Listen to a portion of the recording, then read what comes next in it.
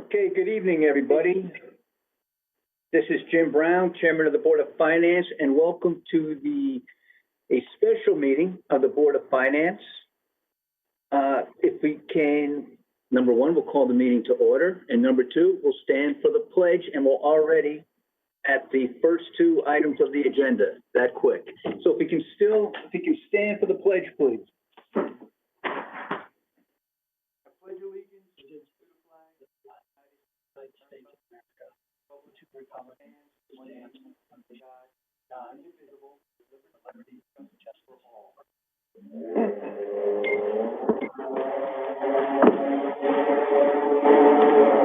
Okay, if we can put ourselves on mute, please, unless we're speaking. For the public, if you call to listen, you will not be heard by the board members, and there will be no live public comment. The public is encouraged to send their comments before or after the meeting to the following email, bof@fairfieldct.org. Okay, again, good evening, everybody, and we have one item on our agenda tonight. So we are at item number 3. And I'll ask to put this before us after I read it. As referred by the representative town meeting, RTM, to hear the VERIP plan as proposed by the first select woman and to verify the pension and OPEB liabilities on future budgets, and also to consider the impact of other expenses and savings on the operating budget. So can I have a motion to put this before us? Mr. Dewitt, seconded by Ms. Charlton. Okay, just a couple of comments before we turn this over to the first select woman. So, as stated, we're here to discuss the financials of the VERIP plan as presented by the first select woman. The RTM has specifically asked the Board of Finance to assist in 3 ways. Verify the pension and OPEB numbers and the impact those numbers have on future budgets. What the effect, that's number 1. Number 2, what the effect this plan will have on the current budget and next year's fiscal budget with the implementation of this plan, if it was passed, including vacation payout. Number 3, other benefits, costs, or savings based on the numbers that will be presented to us. So, and also, as best we can, a question that was also asked from an RTM member, actually the RTM majority leader, can we afford this plan right now?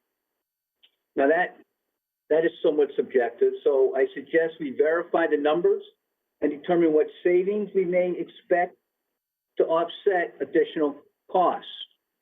So the goal is to present the RTM the financial information necessary from our perspective, that A, the analysis was done, B, we have verified the numbers as much as possible, so we will do a deep dive into the numbers, and to assist the RTM as they consider their decision, but we will not recommend a decision. So we're here to gather the financial data and verify it as much as possible. So any comments from the board before we turn it over? Okay, very good. So with that, Ms. Kupchak, we'll send it over to you.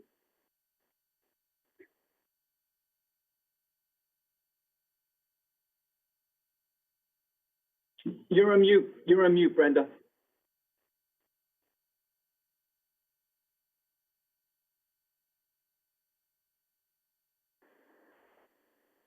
Okay, can you hear me now? We can hear you. Thank you.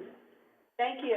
Good evening, and I appreciate you giving us the time to briefly go over our plan. Now, I put together actually with the help of, or with the input from some RTM members.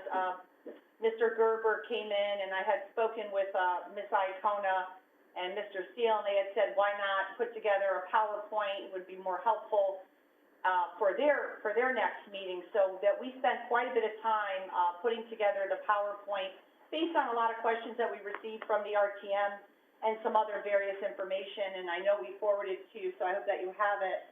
I'm not gonna go through the whole PowerPoint, because I know that, as Mr. Brown said, you're focused solely on the numbers, and that sort of thing. So I'm gonna go through some points, and then I'm gonna turn it over, parts of it to Mr. Hazelkamp and to, Jared to just talk about the number parts, and then I would hope that we could get through those pieces and then have questions at the end, if that works okay for you, Mr. Brown.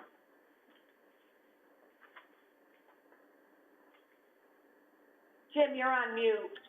Yep, I'm sorry, I was finding the mute button. Yes, that is okay. Yeah, as you said, Ms. Kupchak, go over the PowerPoint, in highlights, whatever you think would be pertinent to this discussion, and then turn it over to your CFO. Okay, very good.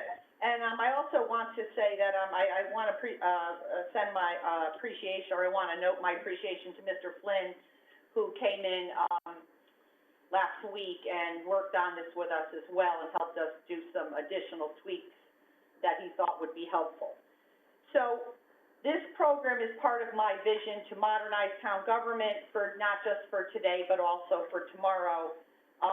Government must be modernized and more responsive to our community. An early retirement package was offered in 2009. However, that plan had no financial analysis and was not brought to the RTM for a vote. The goals of this program are to modernize town government, improve services to town residents, make government smaller, more efficient, and smarter through technological advancements and managerial improvements. And we are looking to change the culture.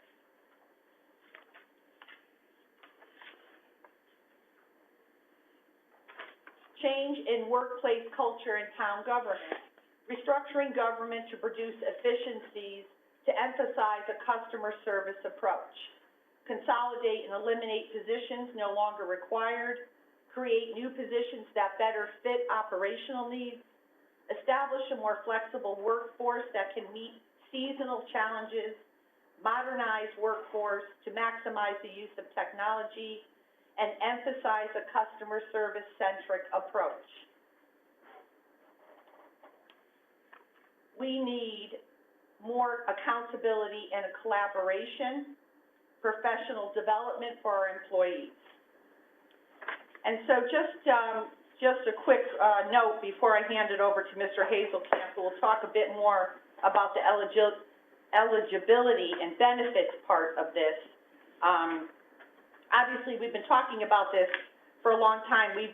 My administration has been working on this for months and months. We put quite a bit of work into this because we think it is vitally important to be able to be more responsive to our community and make sure we're having the most efficient government possible for our residents. So I'm going to hand it over to Mr. Hazelkamp, and he'll talk a bit about the benefit package.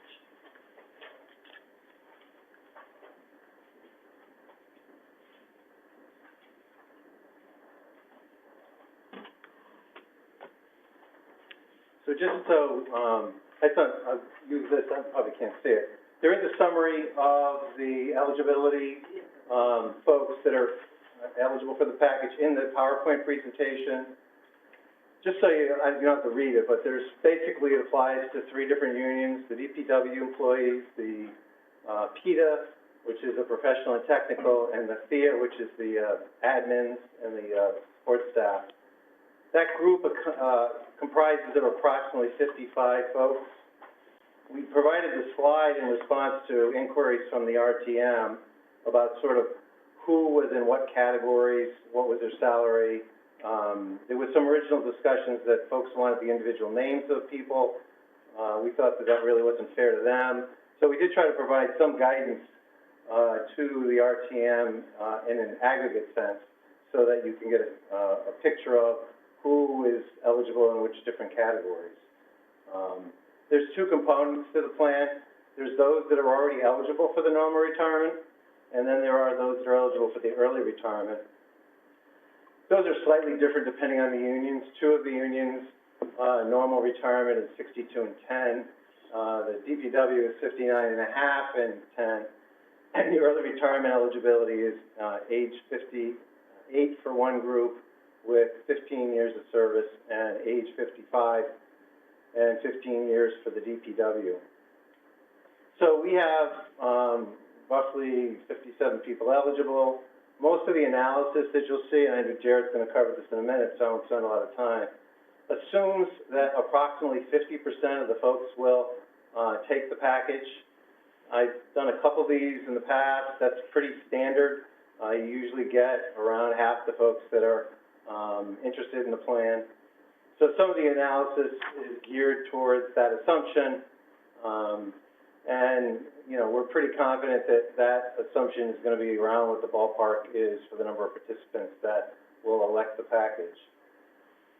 That's so the package, as the details of the package are, if you're in the normal retirement category, you get an additional 6% pension adjustment to your pension. For those that are in the early retirement, they get eligibility for retiree health insurance, and we waive what are called actuarial penalties, which basically means that if you retire early, there's a reduction in your pension. Those were waived as a way to incentivize folks to leave. And those are the core components of the package, and I will turn it over to Jared to sort of walk you through the financial analysis. Wait, just, Mr. Hasselkamp, before you do, I just want to make sure, are there any questions on this spreadsheet before we move on? We can always come back to it, but are there any questions right now? Oh. Mr. Walsh, you had a question? You're on mute.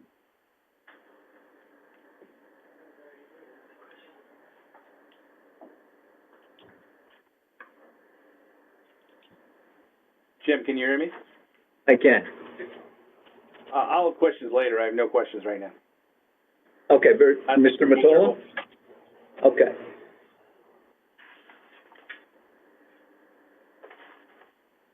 You're still on mute, John. There you go. Thank you. So, hey, Jim, can you tell me, when can an employee get their medical benefits? Does it depend on what union? In other words, do they have to work 20 years, 25 years for them to be eligible for the medical benefits? You mean without this plan? Yeah, just normally. How does that work? Normally, you get retiree health insurance if you have a normal retirement. So that is with 68, 62, and 10 with two of the groups, and 59 and a half and 10 with the DPW. So in essence, you need 10 years of service and an age requirement. Gotcha. That gets you that. And then the early retirees are not eligible for retiree medical insurance. Okay, thank you. Yep. Okay, thank you, Mr. Mottola. Looks like that is it right now, Mr. Hasselkamp, so we'll wait for Mr. Schmidt to come on up. Thank you.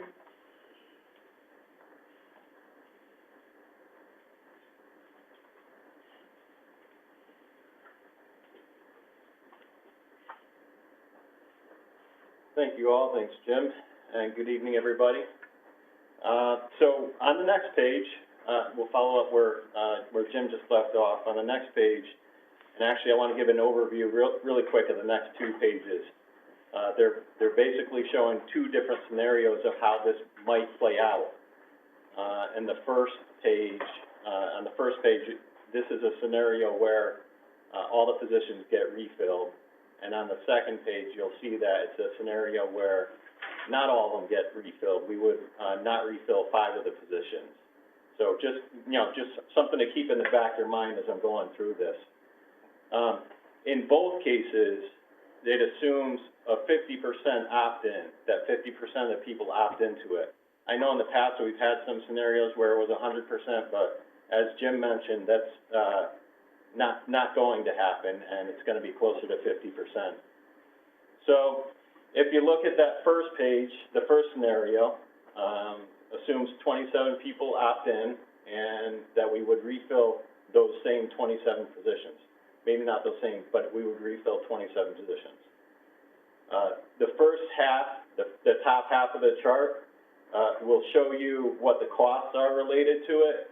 the bottom half show what we would anticipate for savings, in each of the 3 years, starting with this year and then going forward to the next 2 years. And so you can see at the bottom, if you want to, skip to the punchline, the net effect at the bottom in the first year is that we're 95,000 to the positive, second year 501, third year 319 to the negative in those 2 years. So one of the things that we have added into here that wasn't in past renditions of it was vacancy savings.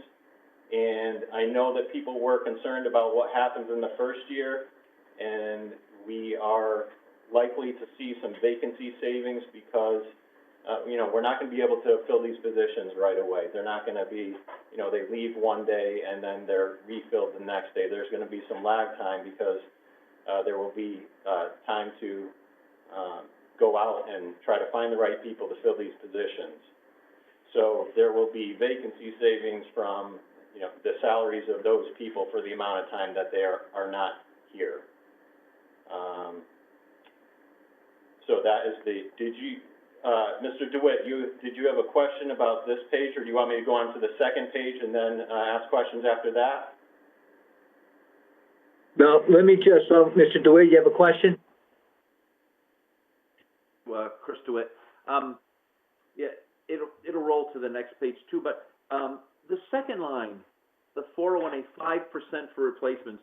So am I correct in assuming that the people that are retired now are replaced with new people that are now no longer receiving retirement, but we're paying into a 401A for them? Is that correct?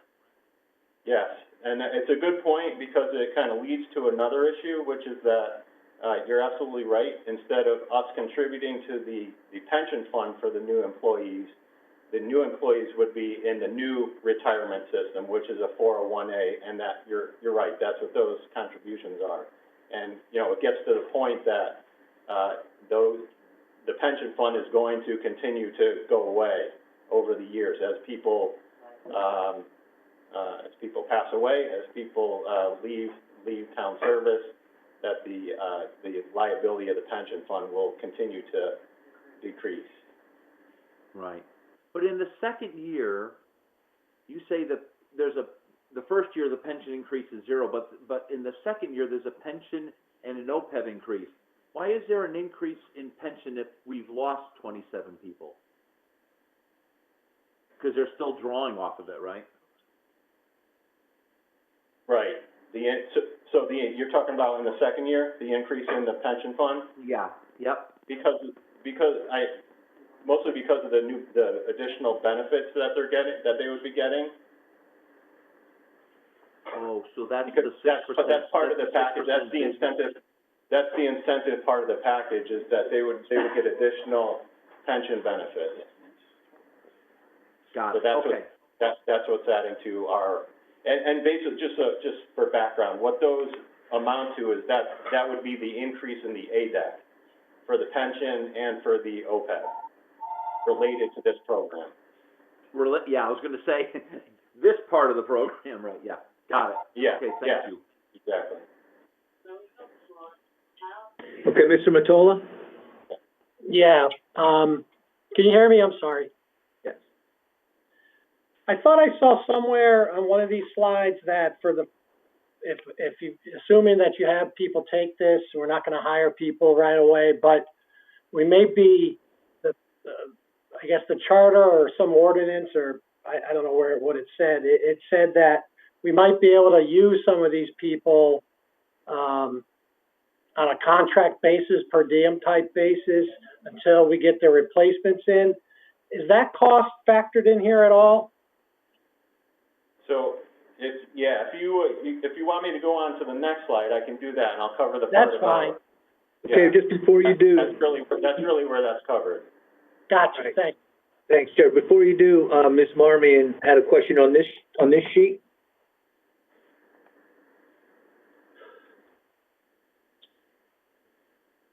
You're muted. Yeah, you're still on mute.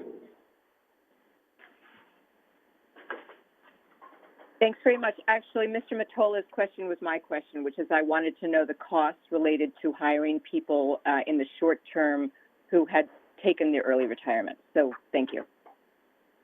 Thank you. Mr. Walsh? On before we move to the next sheet, the 401A 5% for replacements, ties in with Mr. Hasselkamp's initial, VERIP financial summary, the 49,518, and then it goes to the 99,035. How do we get to the fiscal year 23 and thereafter numbers, which now seem to go to 102,006? I presume there's an inflationary value on that because salaries are going to be increasing, correct? You're exactly right. Yep. Because we have to pay 5% on what the total salary amounts are for this amount of people. And what are the assumptions that you're making for that? The assumption was a 3% increase. 3% increase. Okay, how does that tie into the fact that when we're hiring people, that for the first number of, we get step increases? Because those step increases would take that salary level to 5 or 6%, depending on the union. This is, again, these are assumptions. They could change. They could very well change, and that number 102 could become 103, I guess. You know, it could spike a little bit to 103 if Okay. the assumptions are a little bit different. But You guys should be able to do that calculation, because this assumes we're hiring new employees, and you know approximately where those 27 people are, and you should be able to say, based on each of those unions, what the increase would be. So, yeah, we don't have that information going 3 years out. We don't know how that's going to translate going 3 years out. And we have, as I will say, and if Mr. Hazelkamp wanted to talk more about it, we have some sense of who's going to take it and how many, and roughly what the salaries are. And when we go on to the next page, you'll see what we've estimated for the salaries. And it's, you know, the sense that we have is pretty close to what we have on the next page. Did you, in your analysis, take into place the step increases? We didn't take it into account, nor did we exclude it. We just included a 3% increase, whatever that might be, whether it's a step increase or some kind of inflationary increase, across the board increase. It's a 3% increase. Okay, because I did my own analysis, and if you start doing the step increases, I presume that there would be 4 of them, based on looking at a couple of the contracts, and I assumed 5% for those step years. So that carries forward in regards to an analysis, if you wanted to do one over, and then trying to present value it back over, say, a 21-year period, which is what the ADAX for both the pension and OPEB would be amortized over. So it's, you know, I'm just trying to figure out what your assumptions are versus these assumptions. Okay. My other question then, because I did my own analysis as well, the waiver of retiree health care contributions, I understand that it wouldn't happen in the first year, fiscal year 21, but for fiscal year 22 and fiscal year 23 and every year after that, wouldn't you have to put in inflationary, because healthcare is going to be going up, and I'm like using like a 7% increase, which for healthcare, which I think most on this board would agree would be a conservative amount.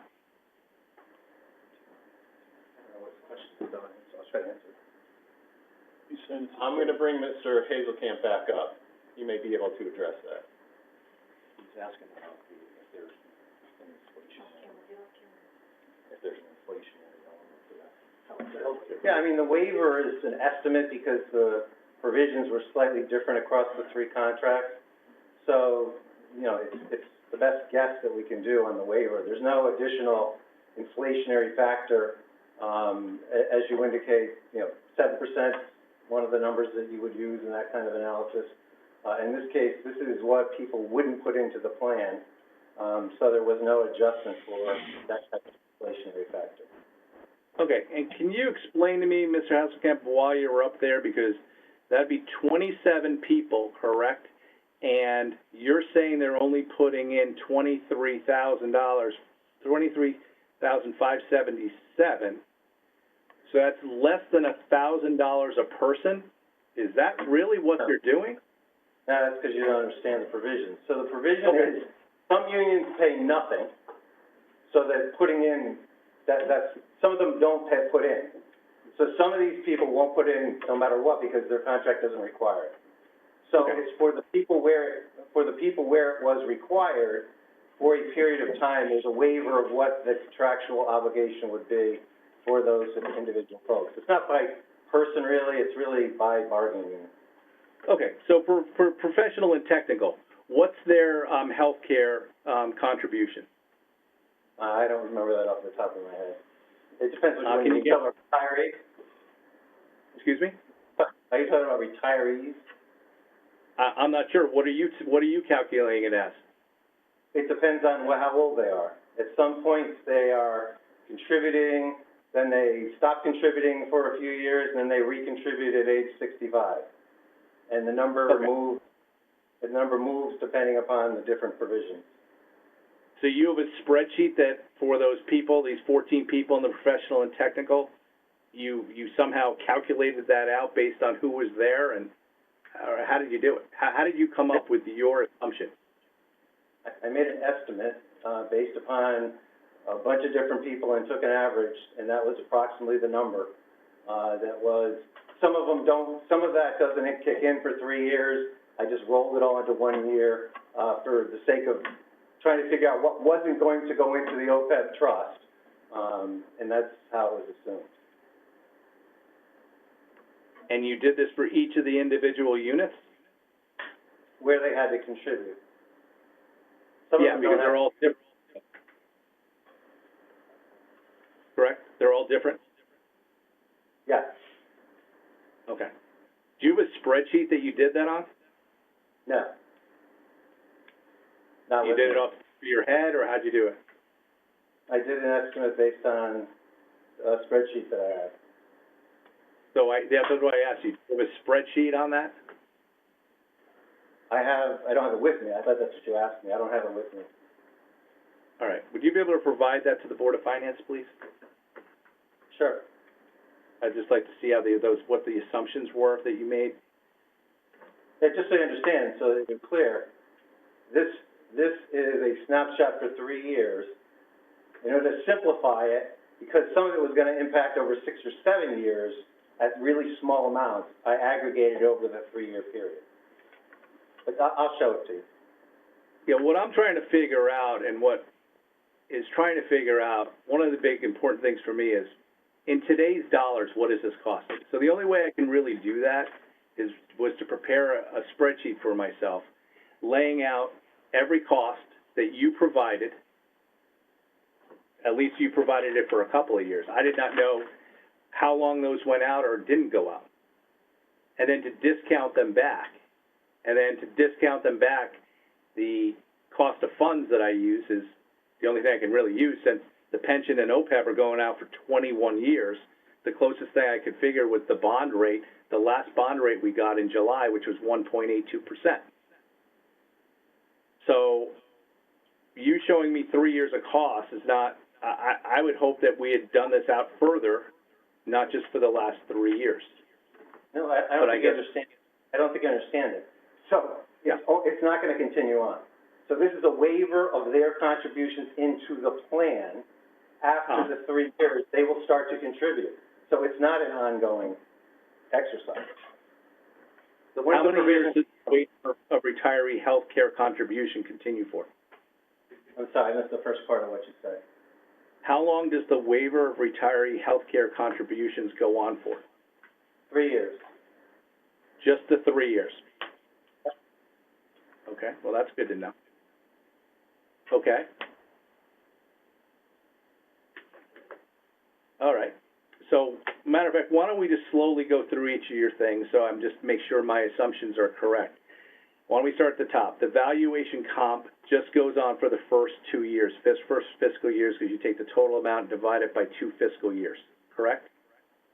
Yeah, I don't have it in front of me, can I just go grab it for a second? 'Cause let me just... Sure, yep. Okay.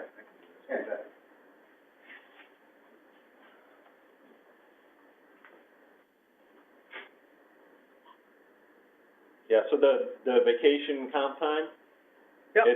it's 2 years, or it's, Yep. I should say, it's spread out over 2 years.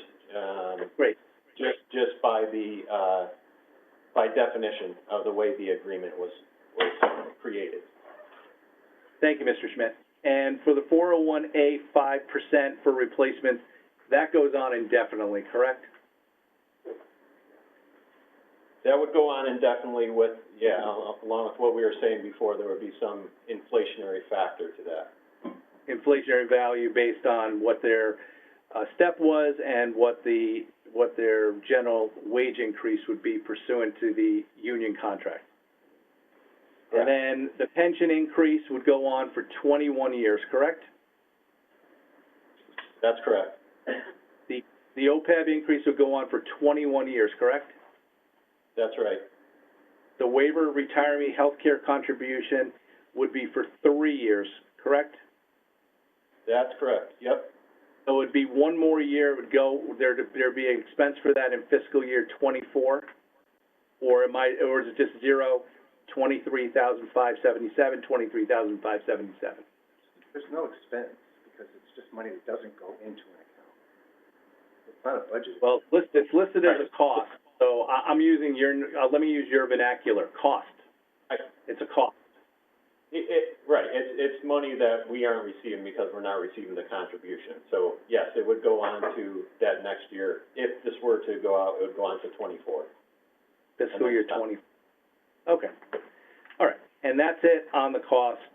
And then we need to talk about the savings, I guess, which is, can you give me all of how you came up with these savings? So these savings were related, again, to some assumptions, and I may need an assist from Mr. Hazelkamp on this, too, because he had the methodology to come up with these numbers.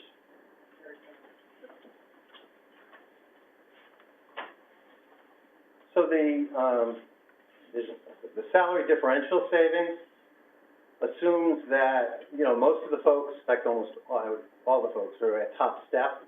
And then when you go to replace them, you're replacing them at a lower step. I made some assumptions based on some provisions in one of the contracts, which I'll outline. So the FIA contract, which is the clerical administrative staff, I assumed those hires would be at step 1. And I did the same thing for DPW, which is I assumed those folks would be hired at step 1. And then the third group, which is the professional and technical, has some strange provisions relative to their step movements. So I assume, mostly because the step range is so wide, just so you have a sense, the budget director, I think there's a step 1 that pays the budget director like $75,000. I don't think that's realistic, so I assumed a step 3 salary rehire step placement for those folks in PETA. So when you take the current salaries of those folks that are in the group and you subtract against the step placements that I indicated a minute ago, it reflects the savings differential of roughly $158,000 in this year, and then that's for 6 months, and then the differential is at a higher level for the out 2 years. And that's how that figure comes about. Okay. When I looked at least one of the contracts online, so there's 2 ways our individuals get paid their salaries. One is based on steps, and that's what you're talking about, and one is based on grade. What was your assumption in regards to the grade level of people that we'd be hiring? Was it the exact same grade level of the people you were estimating that would be accepting the plan? Yeah, I didn't change the grade. I didn't change it. Those are union negotiated grades, so I don't have the authority to change them as much as I want. So those assumptions were that we would not be changing those based upon the union contracts. So the only assumptions I made were relative to, here's what the salaries the folks are that are leaving, here's the assumptions based on what I just outlined, that we would be hiring people, and that's how the figure was arrived at. Okay. So your answer, And- I didn't change the grade of people. I didn't assume it changed the grade. Okay.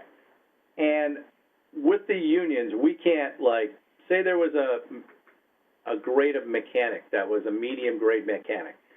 When you're hiring another person for that position, under the union rules, we have to hire the same grade of person. We can't say, no, we're gonna bring in an entry-level mechanic, and we will have them be taught along the way, correct? You have to go for the same grade. Not necessarily.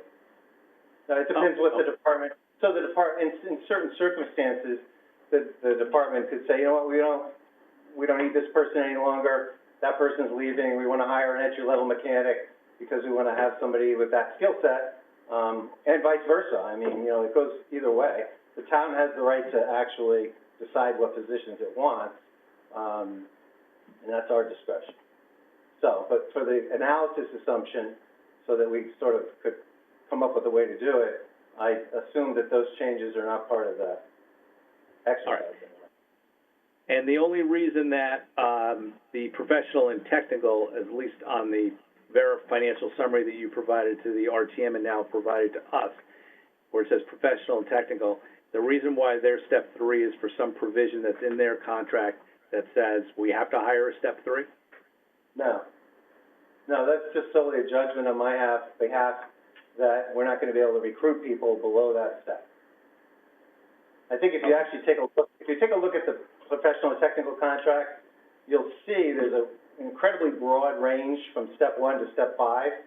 And I think the first 2 steps are not really realistic as far as recruitment, so I made an assumption. I tried to be conservative and say it was gonna be step 3. Okay. Okay, moving on to your, and that savings will go on for ever, pretty much? Or how long will that go on for? If I'm doing my analysis, 20 years. I mean, it gets eaten in as every time we settle a contract, so it doesn't, you know, it depends how you wanna figure it out, I guess. You know, the spread continues, but obviously, as you pointed out, as we have contract settlements, there's an increase so that the spread becomes less. But there is savings for quite a while, based on that, you know, based on that analysis. You know, the spread between top step with full longevity and entry level is pretty big, so it'll continue for a few years. I mean, do you think it would be 10 years or 20 years? How long do you think it would be? A lot of that's a function of what the general wage increase settlements will be. I would certainly say that there's gonna be savings for certainly the next 5 years. It may be longer. There's no, you know, it's all about wages and how those wages get settled. But it's certainly gonna go out years. At least 5 years? Yep. Okay. In regards to the next line, the savings, 1 month vacancy hiring lag, you think it'll only be a 1 month hiring lag? You'll have all of these positions, 27 of them filled after 1 month, 30 days? No, so the figure is, an estimate. So 2 things are gonna happen. The answer to your question is no, I don't think they're all gonna be filled in 1 month. The flip side is, we're gonna have to have, on the front end, some, stopgap measures to deal with the vacancies on a short basis, so we have flexibility to bring back some people as temps, some people as part-time. So this is an estimate of, you know, based on those 2 factors, we think a month is reasonable. Because we're in some places, it's gonna take us longer than 2 months, but we're gonna end up having to backfill with some other, part-time solution in some cases. In some cases, we won't have to do that. It really is a function of, the challenges of any given job and how hard it will be to recruit for that job. The entry level, you know, if we have admins, there's gonna be a significant amount of admins that are gonna leaving. It's certainly not it's not difficult to hire for the administrative assistants. More of the professional and technical positions, it certainly will be more of a challenge to do that. So this is I think, a conservative estimate on how much savings will be because of that, recruitment lag. Okay, does that take into account the costs we're gonna have to pay the employees that we're giving these extra benefits to and extra pension amounts to bring them back? Well, we wouldn't pay them extra benefits, they would already have the benefits. No, I In thought some we were sense, paying the people that could retire, I thought we were paying them an extra 6% if you were already at retirement age. They're getting a bump up in their pension by 6%. So they're getting Right, extra benefit that they're not qualified to unless this thing goes into effect. That's true, but the cost of that is already allocated elsewhere in the spreadsheet.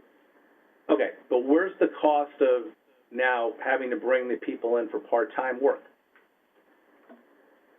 There isn't any cost because we're not sure who's gonna come back. And until we know exactly who's leaving, we don't know who's gonna come back part-time and who's gonna not come back part-time. Okay, but clearly there's gonna be some cost, as you just kind of stated, even if it's for 1 month.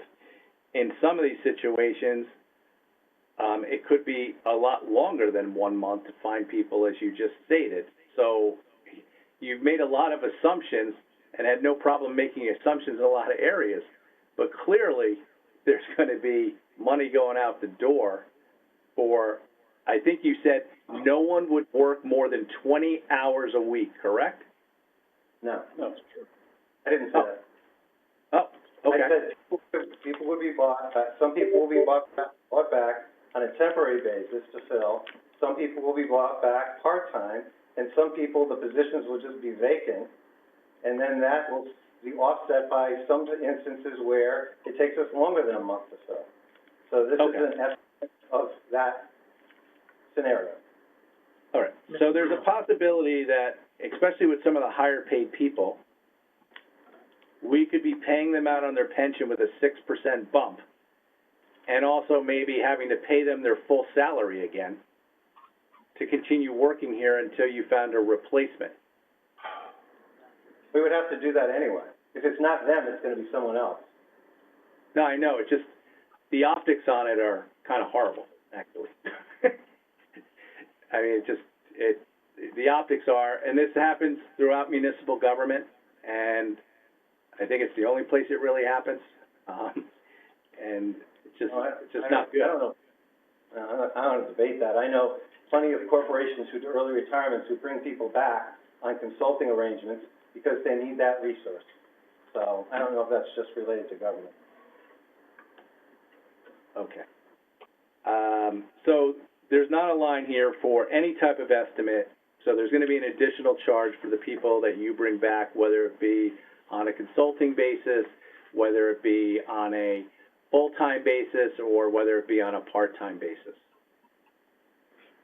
Until we know who those people are, the answer to that is this is the best estimate that we have.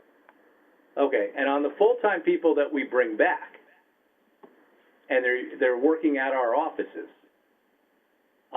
when we decide to let them go, do we have to pay unemployment to them then, on top of that, when we let them go?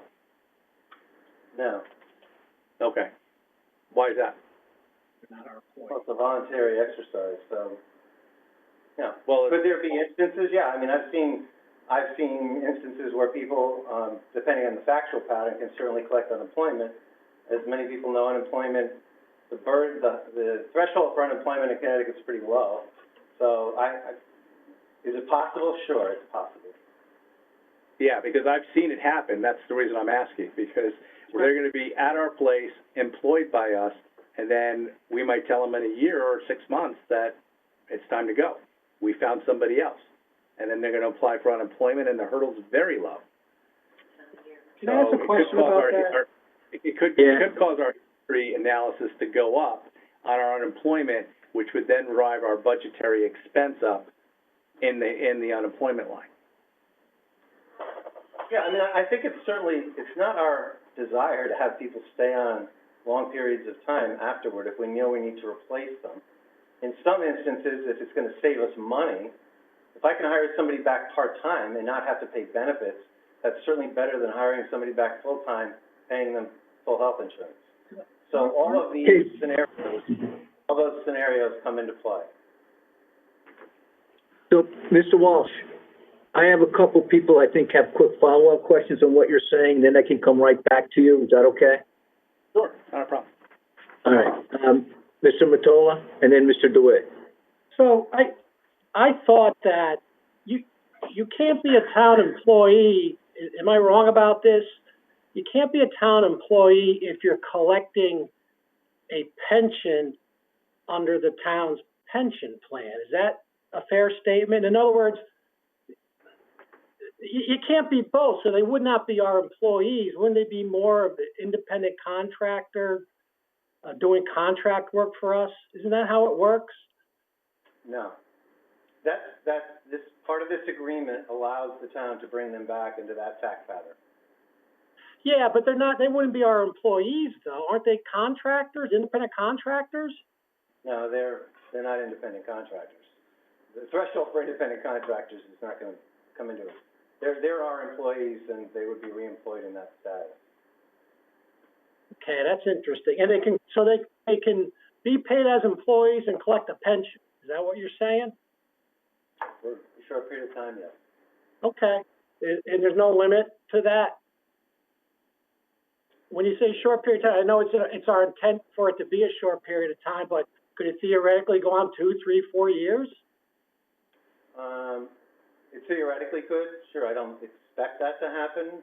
As I just outlined, there's a circumstance where, if the town could save money through that transaction, I guess why wouldn't we? You know, if I had a choice to have to replace the person with full benefits or keep the person on part-time, and they already have benefits through this plan, we save some money doing that. But it wouldn't be, that certainly is the exception to the rule, but I just wanted to put that as an example. The vast majority of people that we decide to reemploy or fill their positions will be full-time. They'll be full-time positions, okay. All right. If it can be part-time, you know, the whole point of this is to come up with what the staffing model that makes sense after we have these folks leave. If there's some departments that only need a part-timer, and we can have a part-timer work there rather than a full-timer, that certainly benefits the town. There may be operational things that come into play because of that, but these are all the things that we look at as we're going forward to try to modernize and have the staff model that we want to deliver the kind of service that we want. And then, the other question, following up on Jim Walsh's questions, I thought Jared said and we haven't gotten there yet, so I apologize. The second sheet, I thought Jared said that has some estimates for paying those individuals that we have to bring back for a period of time. Am I correct or incorrect about that, Jared? I thought that's what you said, and I know we haven't gotten there yet, but is that where that is?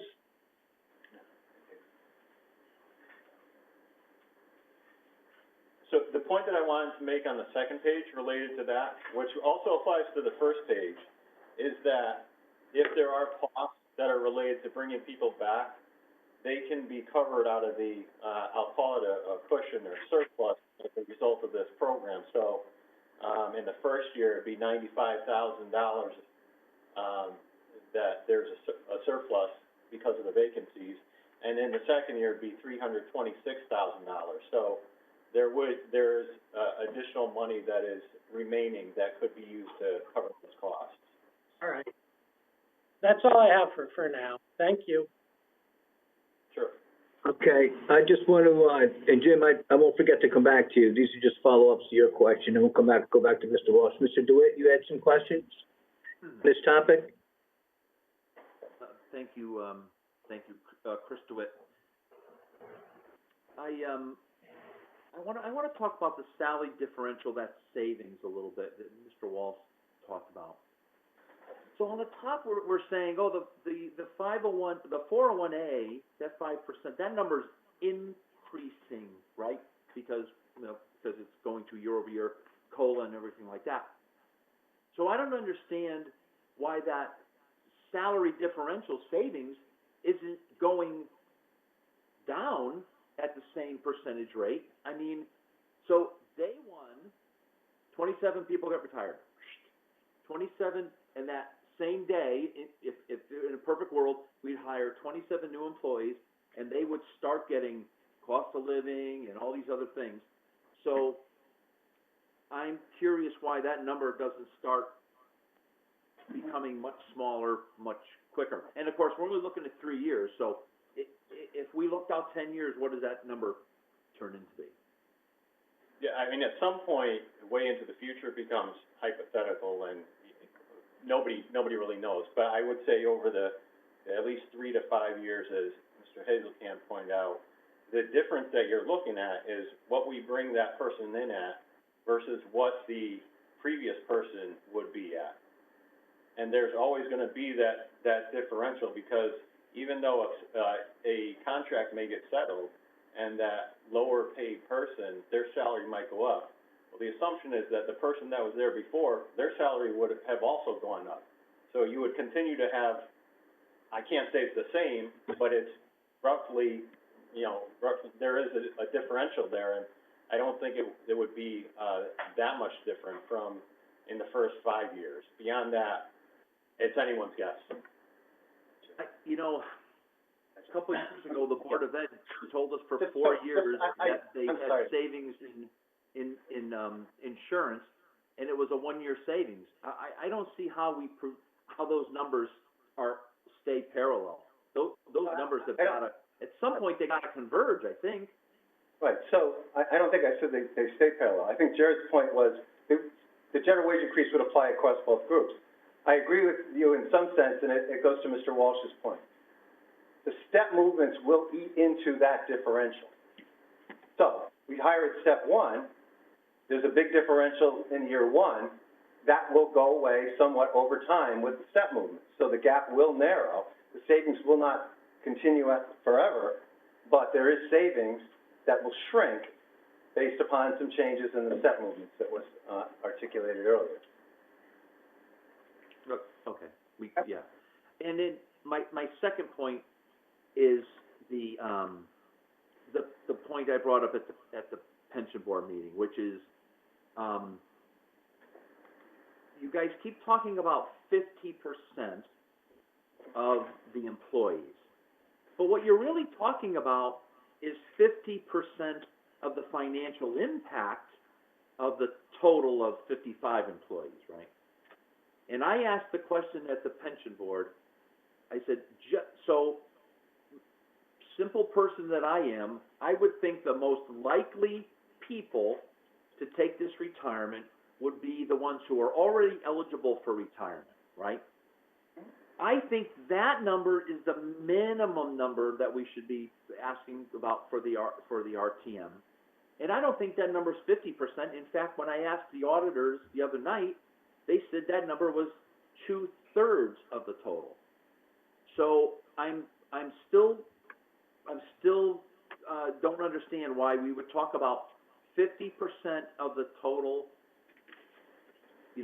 change just financially, rather than figure out what that real percentage is if all of our eligible retirees took the package. I'll start with, I don't know what the auditors would know about the package, but I'm going to agree with your proposition, because I think I did the other day, that the greater percentage of the people that will take the package are the people that are closest to normal retirement. That makes just common sense. I think that's a point you made the other day, and I agree with you. What that percentage is, I probably don't agree with you. I think I may be closer to what the auditors, I think it's going to be between 66% and 3/4. I think it's going to be 3/4 of the people who are in the already normal retirement category will elect the package, and then 25% of the people who are in the early retirement will take the package. So I agree with your proposition that certainly most of the people that will take it, given the package, will be those people that are closer to normal retirement. That just makes sense. Well, thank you, because that's what I thought as well. So why isn't the minimum? Because I'm assuming this is the minimum number, right? And this I'm assuming, and I'm trying to help the RTM here, because if I were them, I'd want to know what at least we think could be the minimum amount of impact. So why are we still saying 50%? Why don't we, even to lowball your number, say it's the 66% of the total impact? So I think, based on the conversations that we had at the pension board meeting, I did some analysis based upon, it's the best guess of who I think is gonna take the package. And I think the corridor for cost is gonna be between what we have as the midpoint right now and $50,000 more than what's there. So the corridor is gonna be in that corridor. We gave you an estimate based on 50%. I did some analysis because it's a function of their salaries. You know, if two high salaried people leave, it skews the numbers. If the lower salaried people leave, it skews the numbers. But I did some analysis. I think the number is gonna be between what we've given you as midpoint and potentially on the upside, another $55,000 on the top end for the pension. You only think there's a, I'm sorry, you got muted, so I couldn't hear you. I think you're on mute. so I think what you're saying is, for the numbers we're looking here, you think the worst case would be another $50,000 negative impact? Yes. Because you have to understand, here's what's gonna happen. There could be a potential, slight shift to the pension side and a reduction to the OPEB number. Because the OPEB number is a function of the early retirees getting the additional retirement. And if there's, you know, much less of them, then the OPEB impact inversely goes the other way. So, you know, I agree with you that it's likely that the greater proportion will be at the top end of those of their normal retirement. The flip side argument is when you look at the OPEB number, it'll be less because there's just not going to be as many people participating from the early retirement, for the early retiree crowd. I think it's going to be like 20% maybe.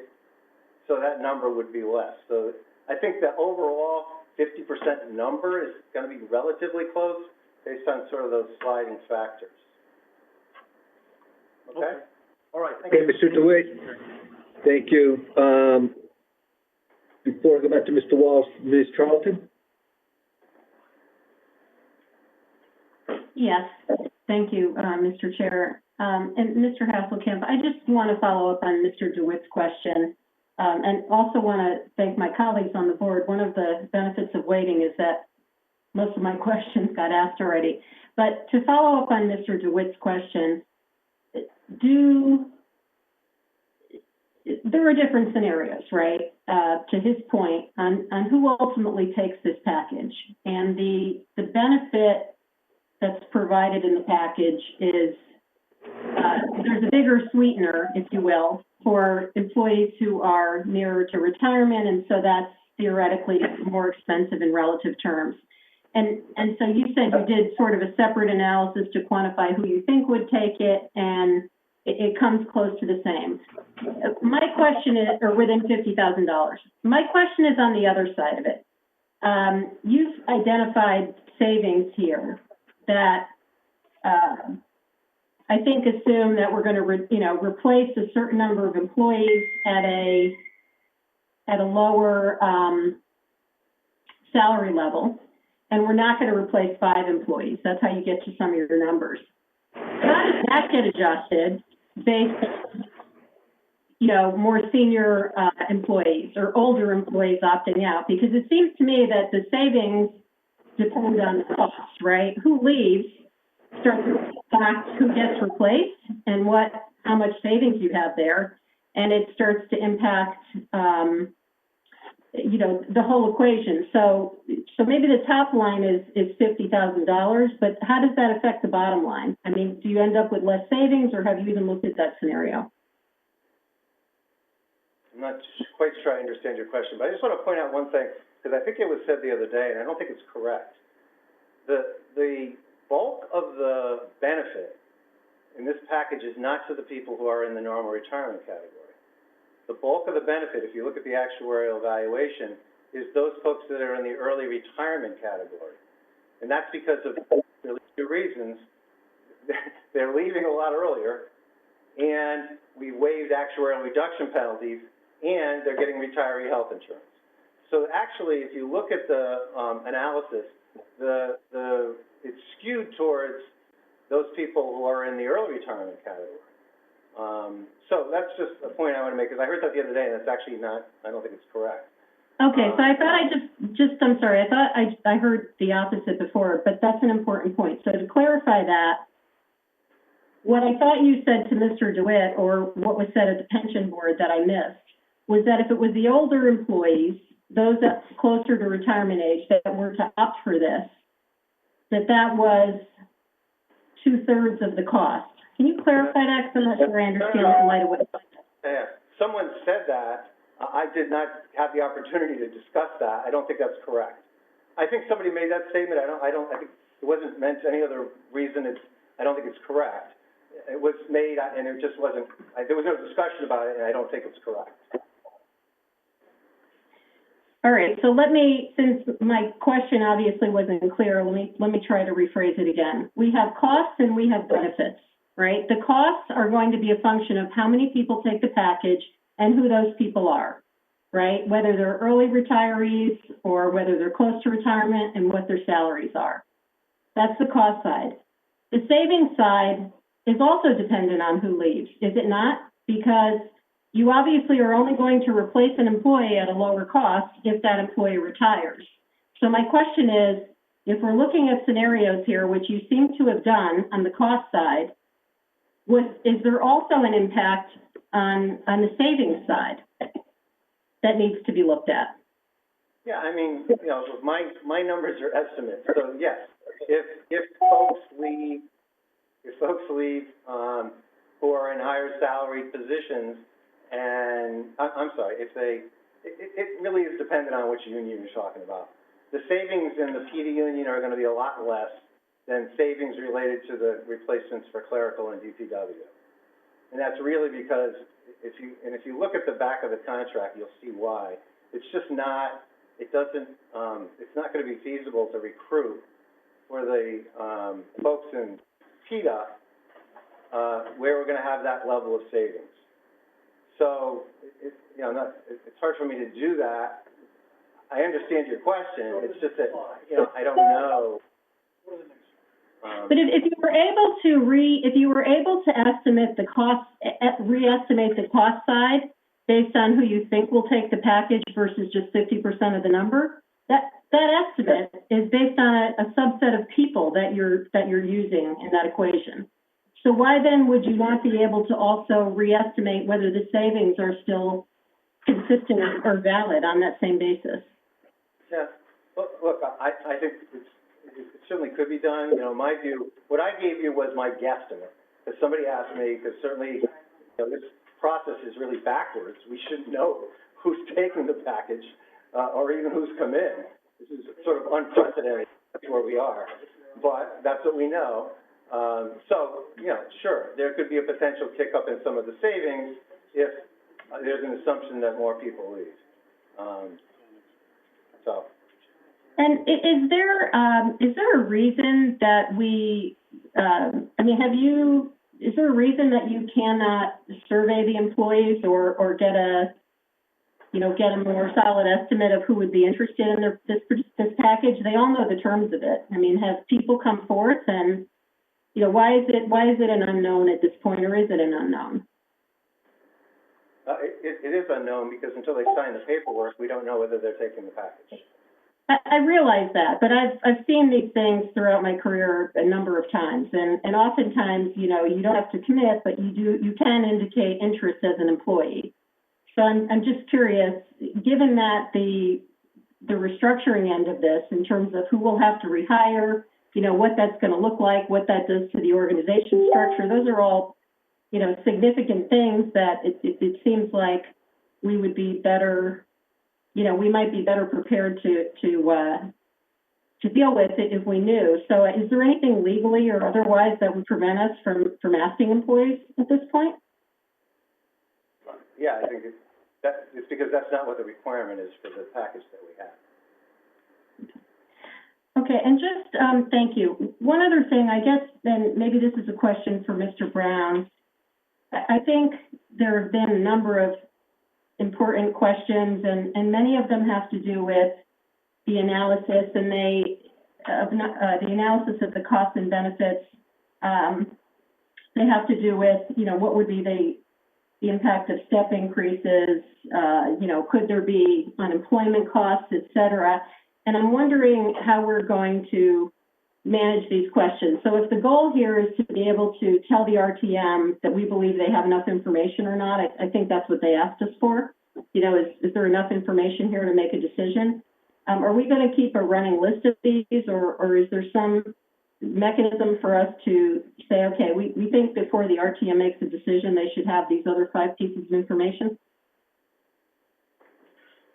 Well, Yes to both, but you're asking me to make a judgment on, or an assessment based upon something I don't know about. You know, until we know who is taking it and what those actual details are, it's very difficult to do that. We certainly had discussions about committing to an analysis after the fact so that people could actually see what the analysis is once the package and once people elect the package. And I know Jared has, I think, do you want to go through the next scenario? So we do have, there's a, Well, and let me just, I appreciate that. All I'm saying is that there are scenarios. And in a situation like this, when we don't know and when we have estimates, I think it might be reasonable to maybe present scenarios or a range for some of these things that are unknown, because they might, in fact, be significant.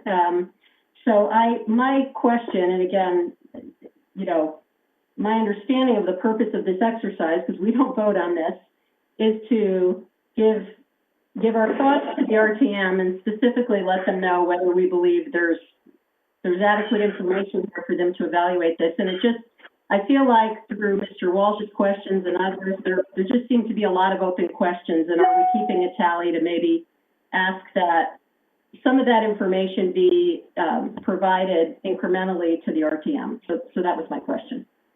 And we can do that. We can, what we're looking to do is to get as much, is to do our best to verify and validate the numbers as presented to us. And if we have further questions, we are taking a tally. I'm taking some. Hopefully everyone else is taking some too. If you can get them to me, we can get them to Mr. Hasselkamp, and we could see what answers is possible to provide, Jim. And then we can go from there. yeah, I mean, What I'll do is, before, look, on November 9th, the RTM has a committee meeting. And I'll call into that meeting, and I'll give them our updates, our analysis, and what we've seen. But I'm going to get feedback from every single one of you, okay? And we'll make sure we make a presentation that somewhat represents what we're talking about here tonight. We probably can't get every question answered, but really what our goal is to do the best we can to verify the numbers that are in front of us and, you know, and assist the RTM as much as we possibly can in making their decision. So if there's further questions that we'd like to get back from the administration, we can certainly ask them, and we'll make it part of our presentation Monday night.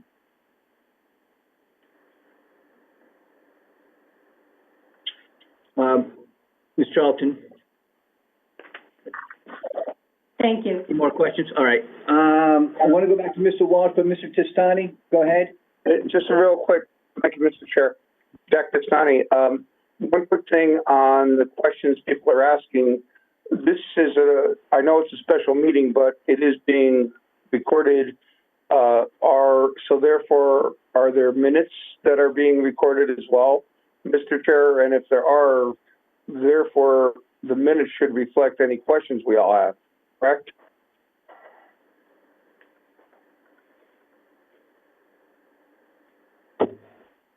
Yeah, you know what, Jack, I'm sorry, but I lost my connection real quick.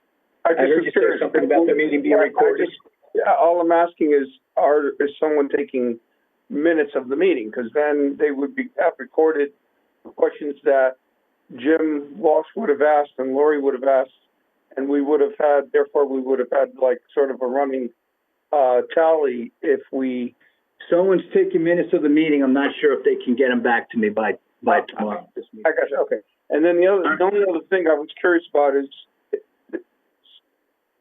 as you know, I'm familiar with Mr. Hazelkamp from my previous town experience. I'm curious if he's been able to finalize whatever other information he wanted to present to us.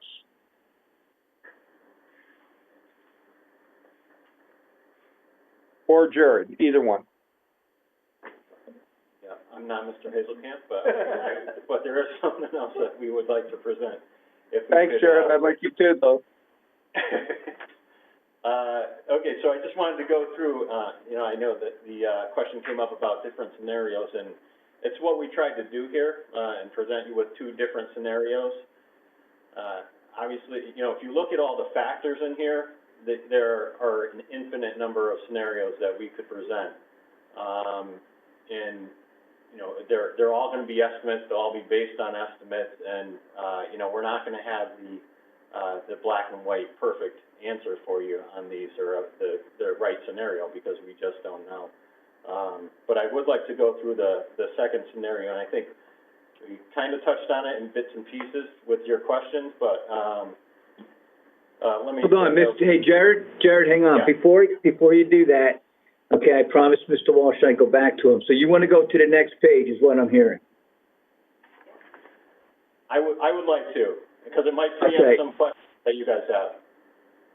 Jim, do you have any Jim, you okay with that? You have any questions, or we're going to let him go to the next page? I was fine. I got my questions answered on the assumptions they were making on the page. I'll have other questions later, but I have no problem if Mr. Schmidt wants to move on to the next page, which Right. is to see they know what positions they want to get rid of and go down to 22. Okay, thank you. Go ahead, Jared, thank you. Thank you. All right, so, next page, it's laid out the same way, costs at the top, the savings at the bottom half. There's not too much different on the cost side of things. That's fairly consistent.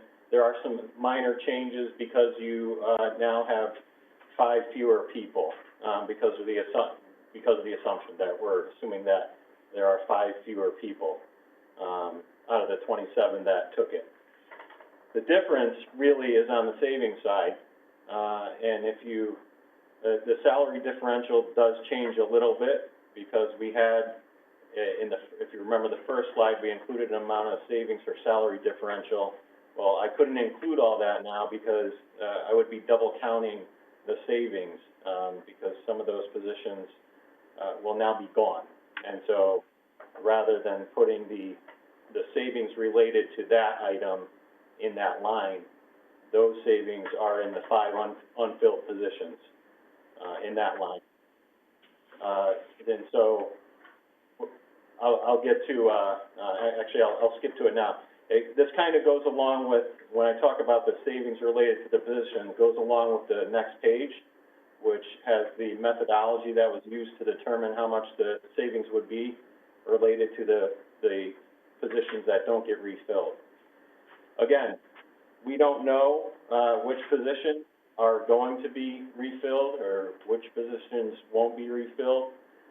So we took an average salary of $75,000, and it's just a reasonable guesstimate of what we think it will be, and then added 40% for benefits, pension and healthcare benefits. When you do that, it comes out to about $105,000 per position on average, because we don't know which positions are going to go and which ones will stay. So in total, if it's 5 positions, it's $525,000 in savings, annualized over a full year. So we see some of that savings, we get half of that savings in the first year, because by the time this goes into effect, we'll be somewhere around January 1st. So we use January 1st as an estimated date that we would start seeing that savings. So we took half of the $525 and included $262,500 for savings related to those 5 unfilled positions, and that covers the second half of this current fiscal year.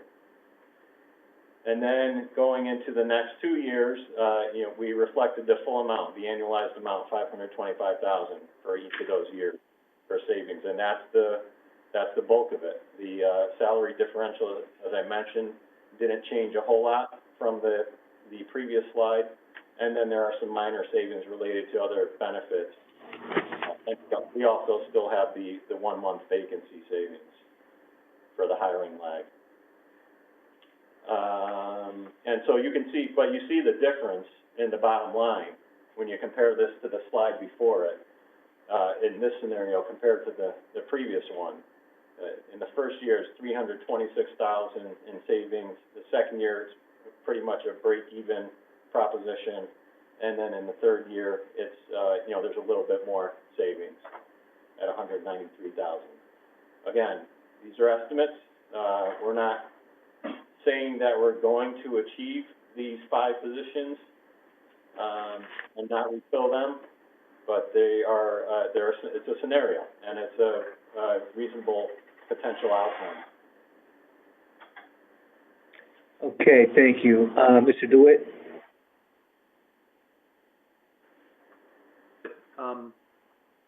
I'm curious how you guys came up with the number 5 positions to not refill. So it was an estimate of of the ones that we knew were going to leave, and what we thought was a reasonable number of positions that that we wouldn't have to refill. We could use any number there, to be honest with you. We could put in 10, we could put in 2. And all of that is going to be a function of which positions take the VERIP, which we don't know, and whether or not we think in the grand plan whether or not they're going to be refilled. So it could have been anything. This is a scenario. I could have made it 3. I could have made it 7. We decided on 5. We thought that was a reasonable number. Yeah. No, and that gets to my next point, right?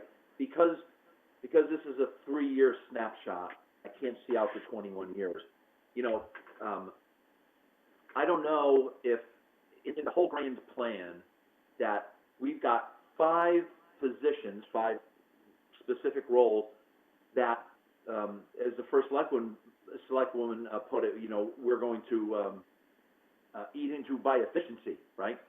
So, I was hoping you said, oh, we did this great analysis that said there's 5 positions that we are not going to need in 2025 because we're going to have all these efficiencies built in. So it's not based on a grand 21-year plan of reorganization.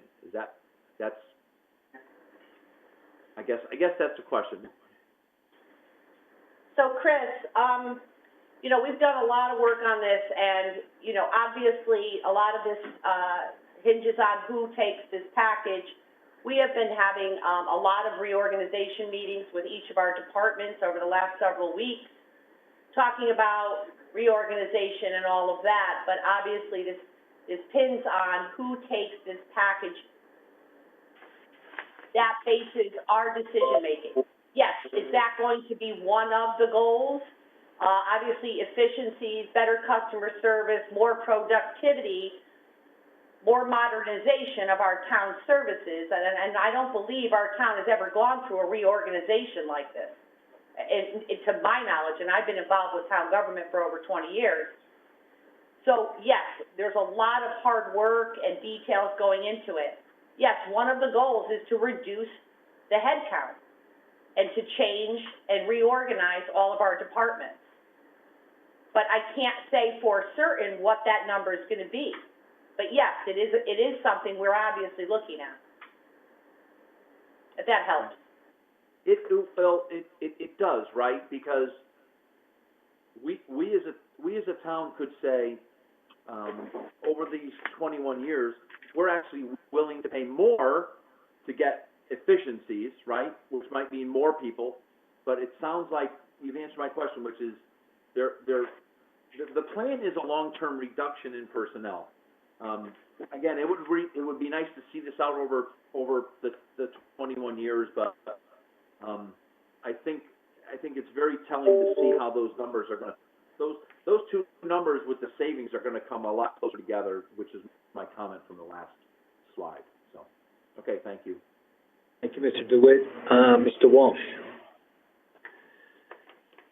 Yeah, are we allowed under our union contracts just to not bring 15 of these 27 people back? It's not a problem, right? It's not a problem under our union contracts just to not bring 15 if we wanted back, correct? Is that what you're saying?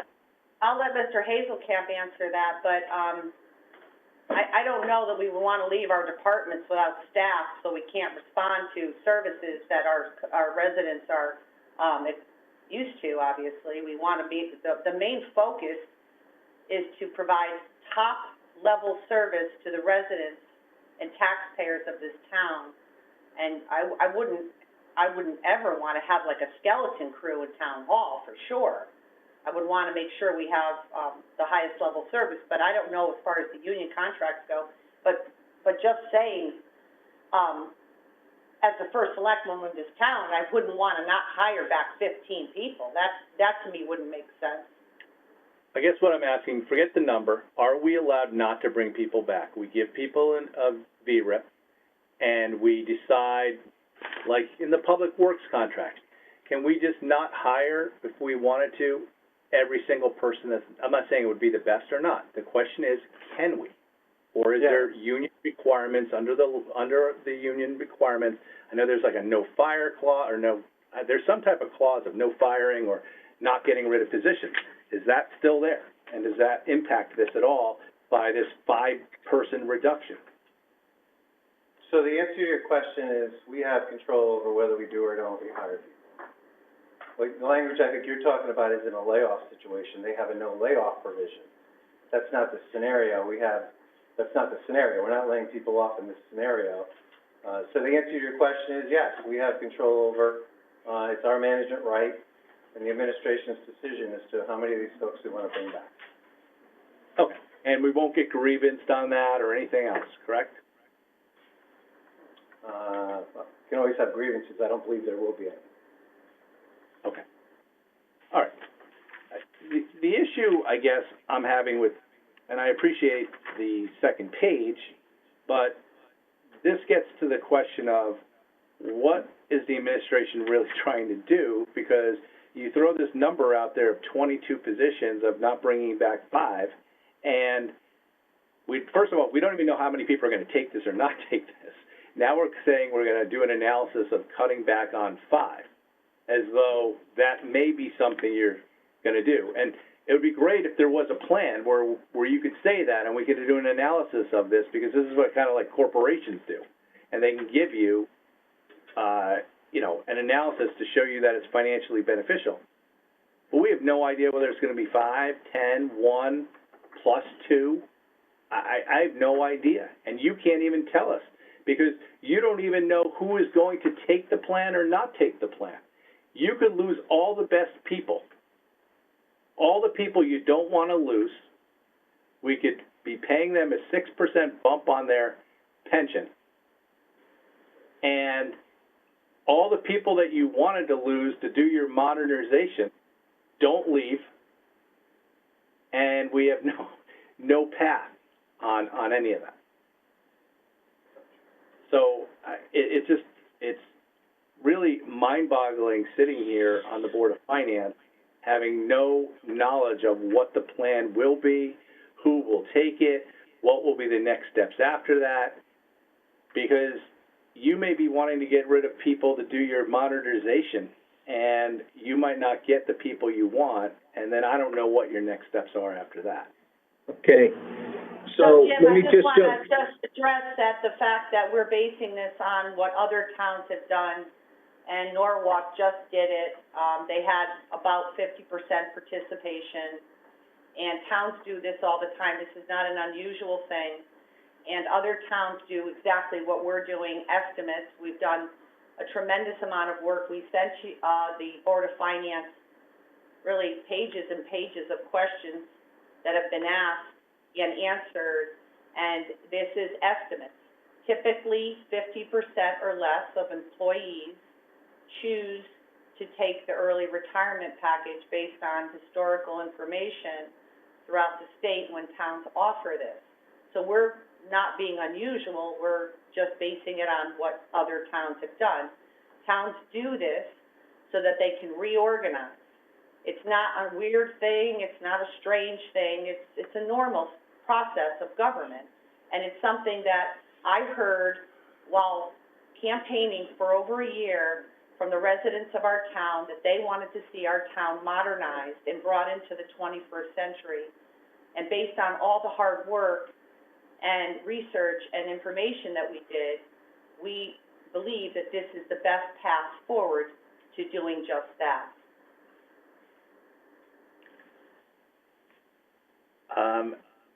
But here's the other question. Have you guys done an analysis if you just wanted to selectively choose who you wanted to get out? I know I've heard you talk about meetings. I've heard Mr. Hasselkamp talk at numerous town meetings that, oh, this is uncomfortable. This is uncomfortable for managers to do. So therefore, it's the most humane thing to do is to do this VERIP. But why wouldn't you just target the people that you want to get rid of, do a plan, target it, and because you're asking for a substantial amount of money here, a commitment of a substantial amount of funds in the middle of a worldwide pandemic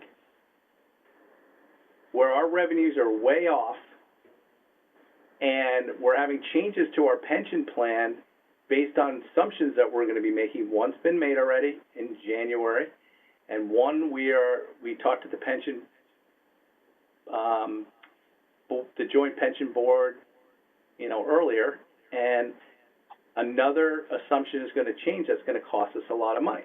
And I'm not saying they're wrong for making that assumption change. I'm just saying that it's going to cost us a lot of money.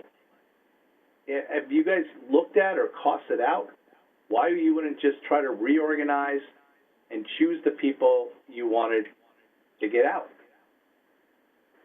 So, Jim, again, we sent a tremendous amount of questions and answers to the Board of Finance that were asked, and those questions were asked and answered. And the slide says, are there alternatives to this program?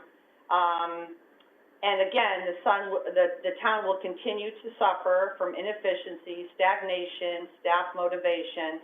It's not easy to just lay people off.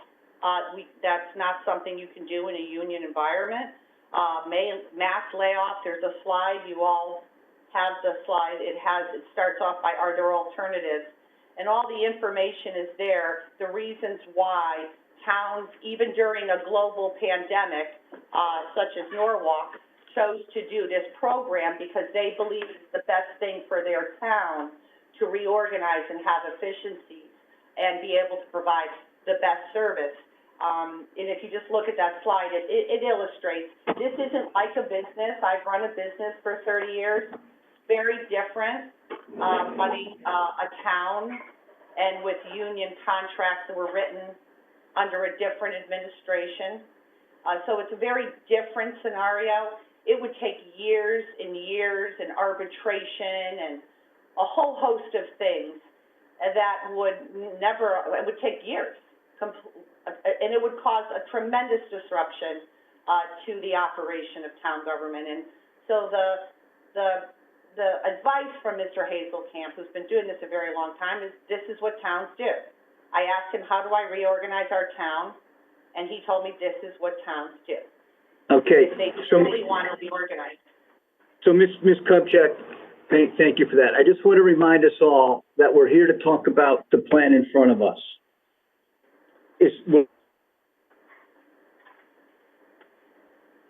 We're here to verify numbers of the plan in front of us.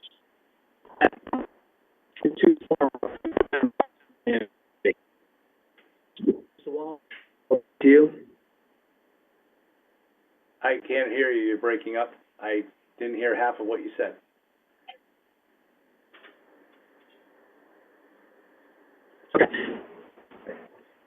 what we're looking to do tonight, I mean, these are good questions, but it's to verify the numbers of this plan.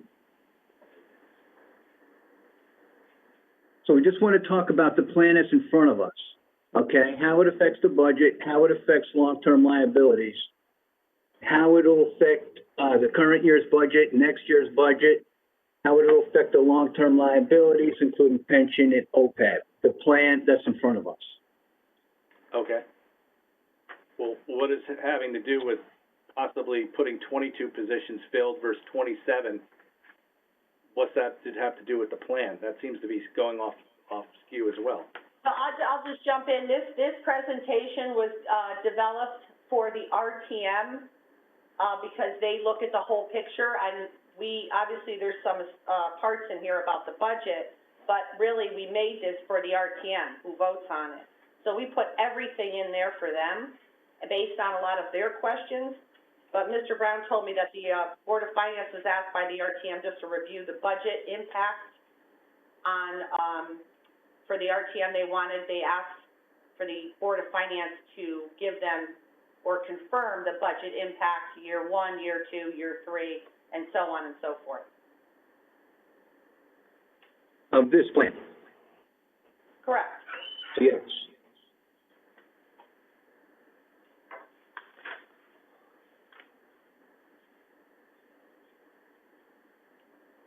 Mr. Moss? Back to you. Yeah, I don't even understand that what we're talking about, this whole plan of 22 positions are refilled, or we could do scenarios of 10 positions being added or 15 positions being removed. It's nothing to do with the plan. What seems to be missing from here is what happens if more than 50% take it? And Mr. Hasselkamp, at the joint retirement board meeting, which the Board of Finance was able to attend or invited to attend, you stated that based on you talking to employees who told you they were not going to take it, and talking to employees who said they were going to take it, and also people coming to your department looking for analysis, that you had a pretty good idea that 50% were going to take it, and you knew who they were. Can you provide us, I'd asked you that night, can you provide us with the salary, not identifying who any individual person is, but the total salary levels, salary number of the individuals who you pretty much know, you said, are going to accept the plan? I can. I probably could give you the estimate, sure. I don't have it right with me, so I do that. Okay. I guess if you don't have it, you could provide it to us. Yeah, I guess I didn't think we got a question for that, so that's why I didn't have it. Well, I alerted you at the board of, the Joint Retirement Board that I would be seeking that number. And unfortunately, I made a request to Mr. Brown a couple of days ago, and I thought I did to Mr. Brown, but I made it to the wrong Jim Brown, who I have another one in my email. So, he just advised me tonight he didn't know what questions I was seeking the responses to. So that was my mistake. I'll pass those on to the RTM leadership, through their moderator to seek those answers, but I would like to request that number. I'll give it to you, because I have the number. It's just short of $2 million. $2 million of salary? Yes. Oh, wait a minute, sorry, wrong column. Yeah, just about $2 million in salary. $2 million in salary. Okay.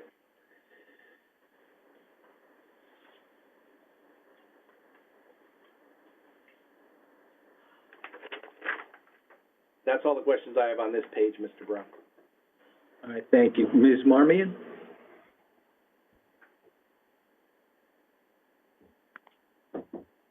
Thanks very much. Yeah, I just want to, and I know we're here to talk about the finances, but I do want to kind of go back to what Mr. Walsh was saying. I have to say, I really agree with him in terms of this seems to be, we're doing this backwards to a certain extent. to me, you write a plan for how you want to reorganize, and you look at the positions and how they're going to give you efficiencies, and then you target those folks in terms of what you need or don't need. I feel like this is, is a random way of going about trying to reorganize, and I'm not happy with it. And I also think that in one of the questions in the backup, the RTM said that they want to have an understanding of what your target organization structure is. What are you trying to get at? And the answer was the details would be included in a future PowerPoint presentation. I don't know. Does that exist? Is that being presented to the RTM? Is that, once you figure out if this goes through and this happens, then you'll develop that organization structure? This is a very backwards process to me. Thank you.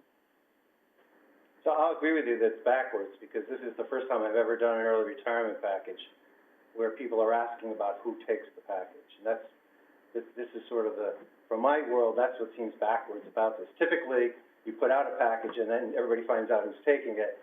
Folks want to know who's taking it before the package is out. And that's the challenge, because you want details based upon who might take the package. It's not typically the way these plans work.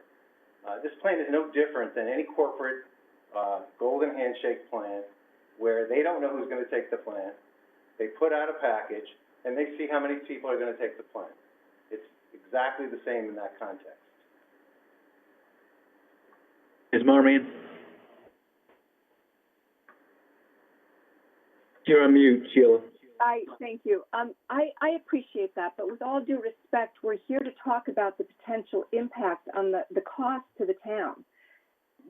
So if we don't have a better sense of what you're trying to accomplish, and then how are we supposed to truly understand the impact to the town? That's what I'm struggling with.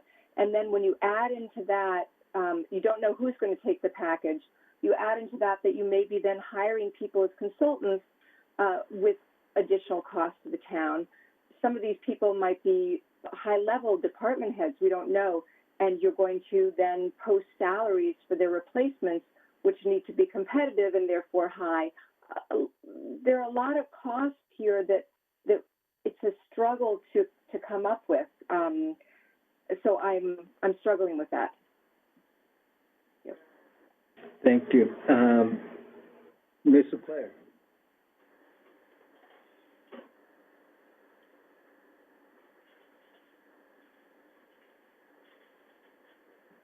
Still on mute. Still on mute.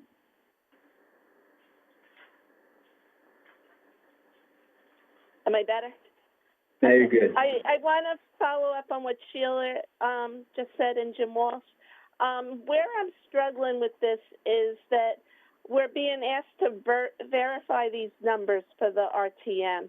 And these schedules that we're given are pretty. They look like they could be reasonable, but we're not given the math behind it. We don't know what the total salaries of these employees in this potential group are from these schedules. And so we can't judge whether this is accurate, whether these estimates are close. And so that's where I'm struggling with. This could be the exact case, and it could be very different. And I don't know how to accurately report back to anyone that these numbers are correct. Yeah, I mean, I'll only say you certainly have all of the numbers relative to the OPEB. There's a range of all the numbers relative to the pension. So the two biggest pieces of this, the numbers are there. You have to make reasonable judgments and estimates based upon the number of people. We have it from 0 up until the full, and everybody takes it. And it's going to be somewhere in between. So we certainly have the range of costs for the two biggest items related to this plan, which are the pension and the OPEB trust. And then you have to make judgments on how many people you think are going to take the package, and that's what we tried to do.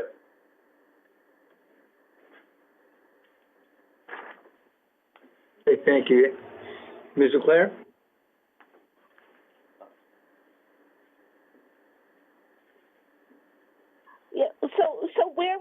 numbers be?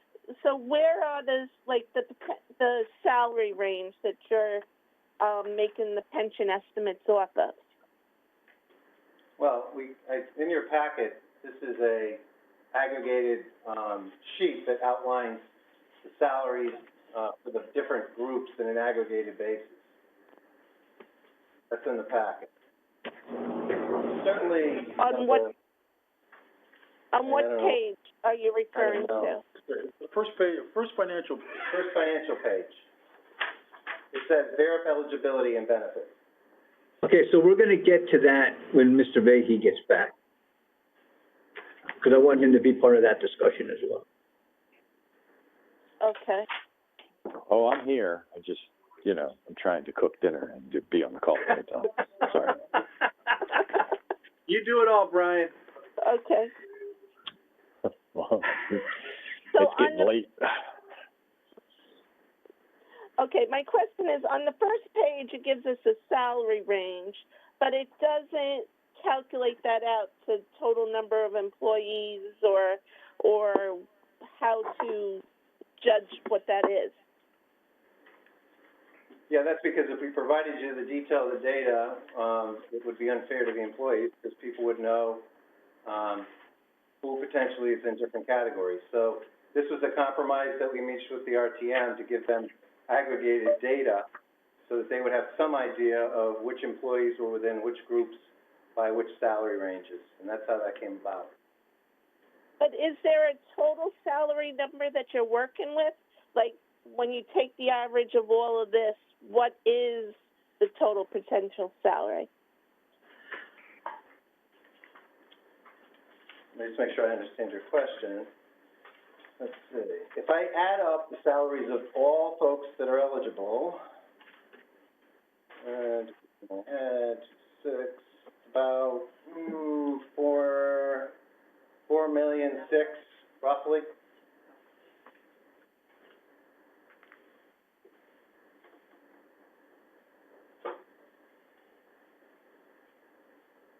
Hey, Mary, you're back on mute.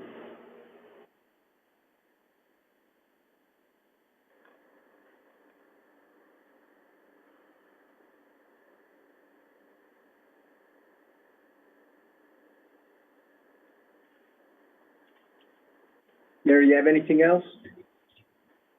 Okay, Ms. Charlton? Thank you. Lori?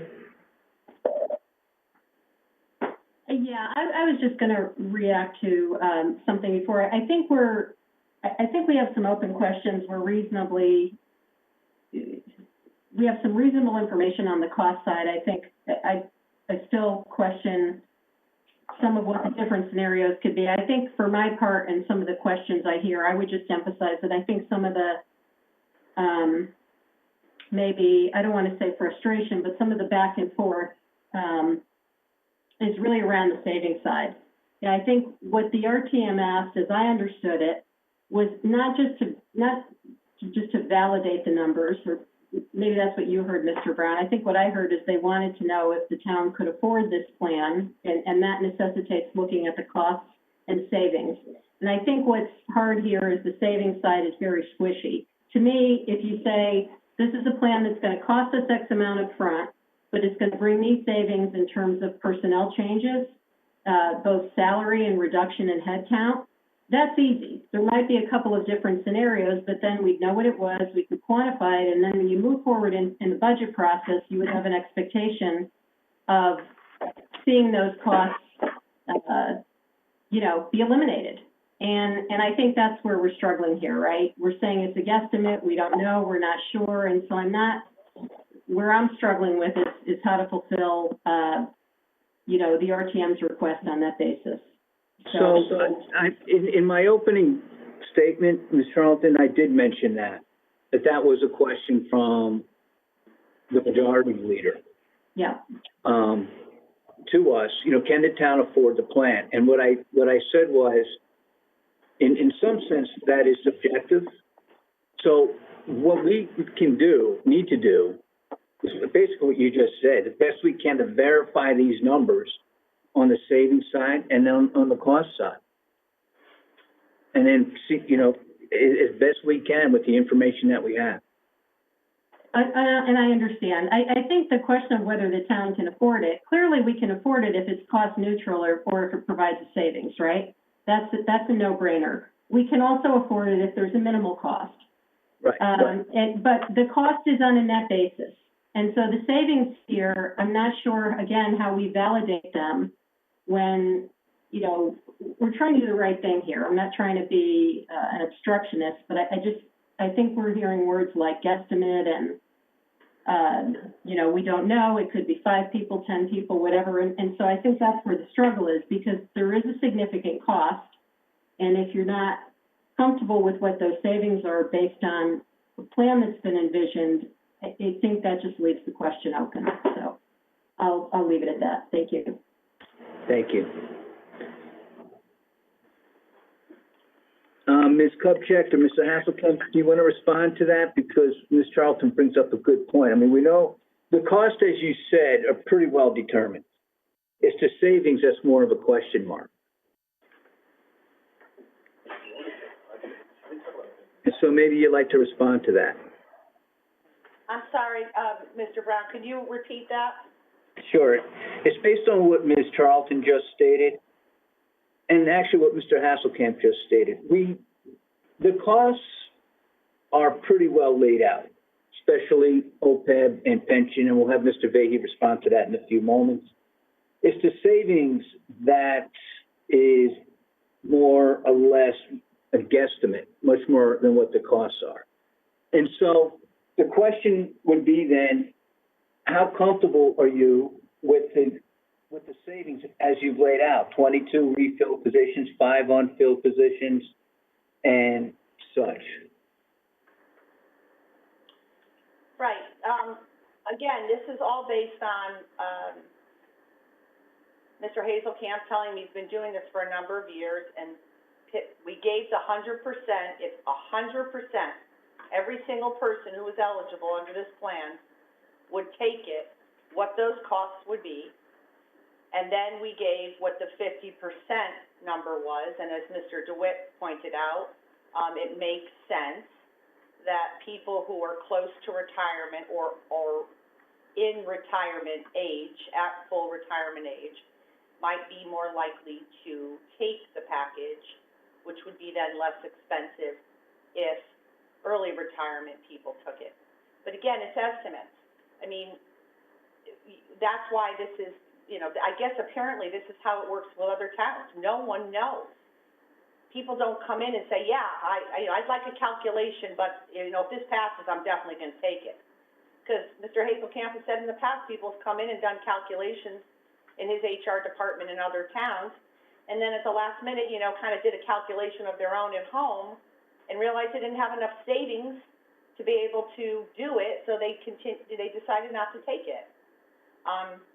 So we're basing it on, historical data of other towns, basically 50% or less people would take it. And we've tried to do an analysis and calculation about how we would reorganize and what we would do on a whole host of scenarios about who would take what, and what if, employee A, B, C, D in this department, how would we do that? So we've done a lot of, back of the envelope thoughts, not truly much more complicated than that. But again, these are just, I think all the numbers have been put out. 100% of people take it, which would be the worst case scenario. And we've costed all of that out based on this plan and the costs associated with it, what it would cost the town, what it would cost us to put aside in our budget. I would have to build into the budget to put into the pension fund and all the other associated costs. So we've put every cost in we believe we would have to encumber along with savings based on all of those scenarios. 100%, and then you can look through 100%, and then you can, calculate it out, 75%, 50%, and so on and so forth. We believe, based on what is historically normal, it would be 50% or less of the total amount of people who are eligible to take it. Now, I know it's lousy to say that, but I guess this is just how it is. We don't exactly know who's going to take it. So we tried to give all the numbers based on all of it across the board. Okay, thank you. Mr. Walsh? Ms. Kupchak, you keep saying it's based at 50% based on historical numbers. Mr. Hasselkamp seems to state that he knows it's going to be 50% from speaking to employees who want to take it, who don't want to take it, or pulled calculations from the department. No, he didn't say that. It's like you guys are not on the same page. You're both No, selling a he said- different logic in this entire No. thing. He said that in his experiences doing this job in other towns and doing this for other communities, it's usually 50 or less, 50% or less. He's saying based on conversations, the people who have expressed some interest, that it would be approximately between 25 and 27 people. He said more than that they have interest. He said he actually talked to people who said, I'm taking it, I'm not taking it. No, Mr. Walsh, he didn't say that. And again, I thought we were talking about cost analysis, and I thought the Board of Finance was asked to do that. So the bottom line is, we have given all the costs associated with 100% all the way down. So Okay. it's basically just math. Okay. You assume maybe it's 50, maybe it's less. If Okay. you want to assume it's a little higher, but the numbers are supplied just to base that all off on, and what we have to put into the budget to cover if it's 50%, if it's 75%, or if it's 100%, which would be highly unusual, but we did want to put all of that for everyone to see, so that people could at least look at it and have an understanding of that. Okay. Well, that changes my analysis on this, because I really thought it was based on a little bit more hard evidence about 50%, as opposed to this is just historical what other towns do. The way I look at things and the way I've always looked at stuff on the Board of Finance is I kind of look at worst case scenario.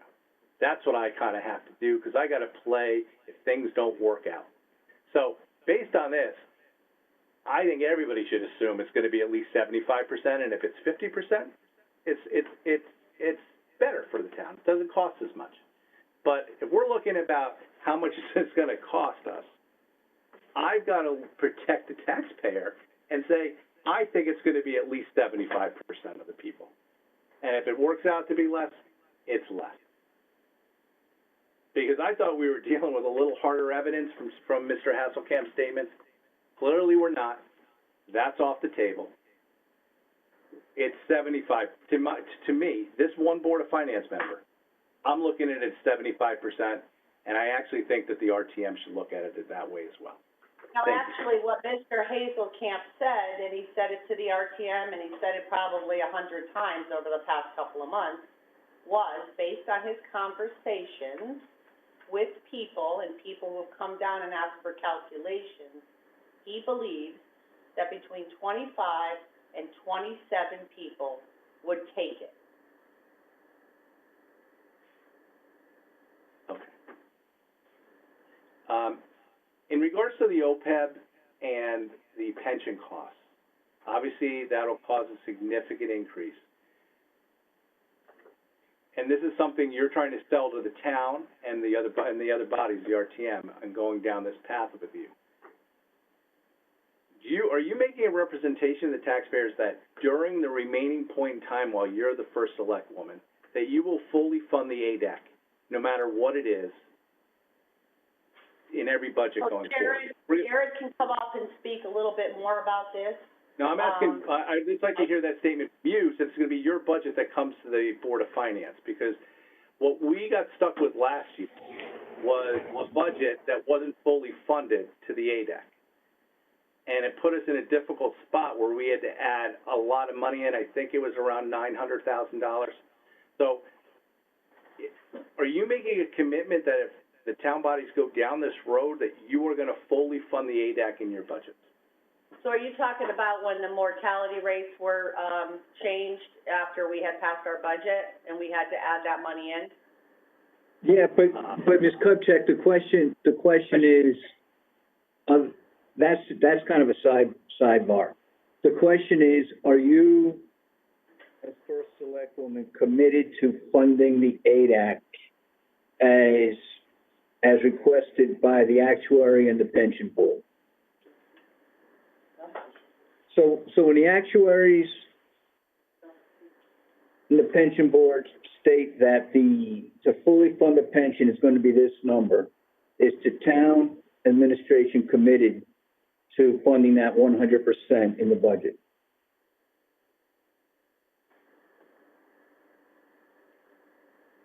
I think that's gonna be a question for all of us to answer when we put together a budget, because we're kind of looking at this, we're looking at this right now, everything in isolation, and all these things in a vacuum. And at some point, we're gonna have to take a look at the budget and see what our resources are and all the other expenses that we have. And, you know, I think we would commit to funding the pension ADAC. As far as the OPEB goes, I think we're gonna have to see what our picture looks like. We're gonna have to look, I mean, as people have pointed out, we're in the middle of a pandemic. There are a lot of unknowns. There are a lot of other costs. There's talk about reducing the discount rate. There is obviously these two things, the pension, the OPEB, ADAC. There are costs related to, I know there's a proposal to provide more tax relief for seniors, which I think we all support in theory. So, you know, before anything is looked at in the budget, if we were to commit to all those things, you're looking at $5-6 million in increase to the budget. So this has to be part of a larger picture. I can't just make a statement about whether or not we're going to commit to funding the OPEB ADAC in a vacuum. All right, I haven't. That wasn't my question. My question was to the first select woman. I kind of feel like I'm getting a no answer, that they won't commit to it. I feel like this is like, you know, when some people just recently asked, will you have packed the court? And there's just no answer on it. You know, it's just like they just won't answer the question. So I don't know why we would ever recommend going forward with this VERIP and add liability on, I mean, just in the first year on the pension alone, it's $10 million. Add liability and not have a commitment that we would fund it from the administration. I don't know how you could possibly even go forward with it. It almost seems like a non-starter. I mean, it's just, we're going to bind the pension fund, put them in a worse position, and not say we're going to fund it? Who would do that? We're a AAA community. We're almost getting down to the level where a AAA should not be below 80% funded. We've heard that from our actuary, that AAAs almost never are below 80% funded. Right away, if we do this VERIP, based on the pension, Joint Pension Board's own numbers, if they stay at the 7% discount rate, we'd be at 80.5% funded. If they change the VERIP, we'll be below, if we change the discounted rate down to 6.75 or 6.5, the number was 6.5, we'd be down to 76.1, and now we're not even talking about fully funding it. This is just, it's kind of mind-boggling to me. I just want to clarify my response. I did indicate that we would fully fund the ADAC for the pension. It's the OPEB that I think we would have to consider, and that should be part of the larger budget conversation. Well, it's a problem for, I think, Mr. Schmidt, you haven't been before our board or through a budget season, so I know you haven't done that, and I respect that. But we took the unusual situation this year where we didn't fully fund the OPEB, the ADAC. And I know personally, I feel horrible about it, but I was trying to get a 0% tax increase for the taxpayers as we were going through a pandemic. And we are going to be moving over, like we promised, some of our surplus over to cover that. And I know I'm personally gonna try to get it fully funded back with the next surplus, if we have one, and fully fund it no matter what happens this year. Because that's what we do here in Fairfield. We fully fund it every year. So to hear that there's talk now about, well, we don't really want to pay it, even though we're going to, increase the liability, is kind of shocking. With all due respect, Mr. Walsh, you're putting words in my Yep. mouth. You asked me a question about whether we would commit to funding it. And I gave you the answer I gave you. I didn't say that we weren't going to. I didn't say that we weren't going to try. Okay. Without a commitment, I couldn't recommend this going forward, this VERIP, without a commitment. Personally, I'm just telling you. Thank you. Mr. Mottola. John, you're on mute.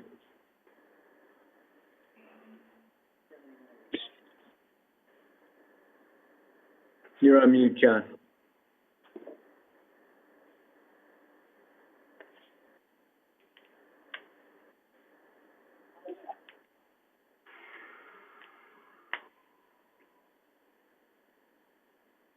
Can you hear me? You're good.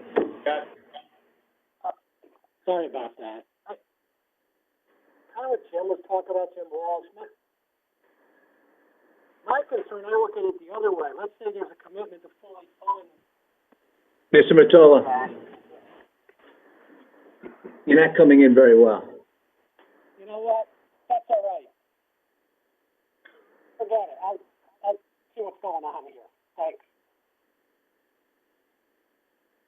Okay. Okay, thank you, Mr. Walsh. So, look, this was a question that we knew would come up.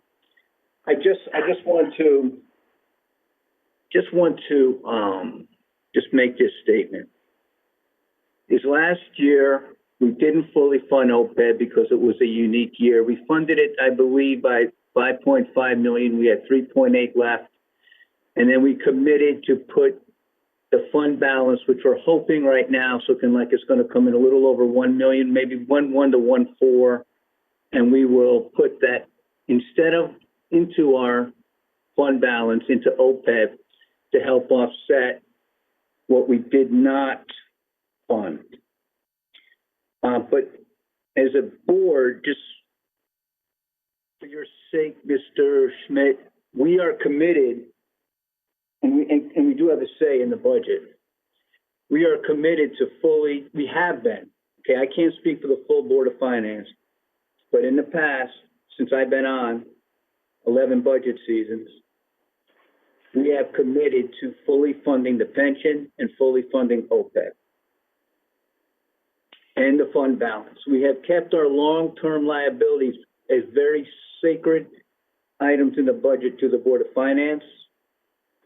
Last year, being what it was, we made an exception, but we also made a commitment to add 1.4. And as you're going through your first budget process with us, I ask you to keep that in mind, that our intention is to, if history is to repeat itself, we will look to fully fund pension, which I know you committed to, and OPEB. So as we're putting this plan together, I just ask you to keep that in mind.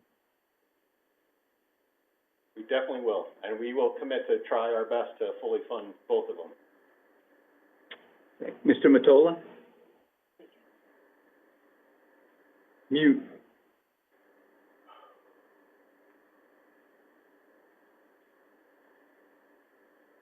How's that?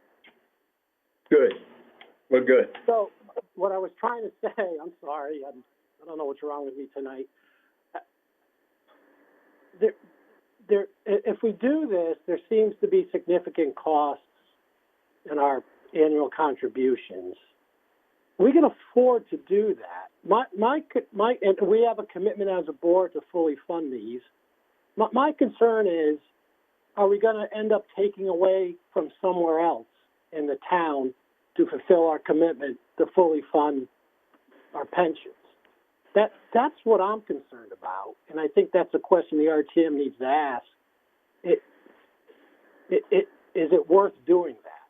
So, I guess that's the concern that I have. John, I think you make a good point, right? So, obviously, our budget is not passed just solely by me or my administration. I build a budget based on working with the departments and everything else included, right? And then the Board of Ed, and we have the whole pile of everything we have to deal with. Then we come to the Board of Finance, and we all make decisions, you guys make decisions, based on what we're doing. What we're saying is that we cost out what it's gonna cost for this plan, and that we're saying we will put those costs in my budget that I present to the Board of Finance. Those costs will be covered for this program.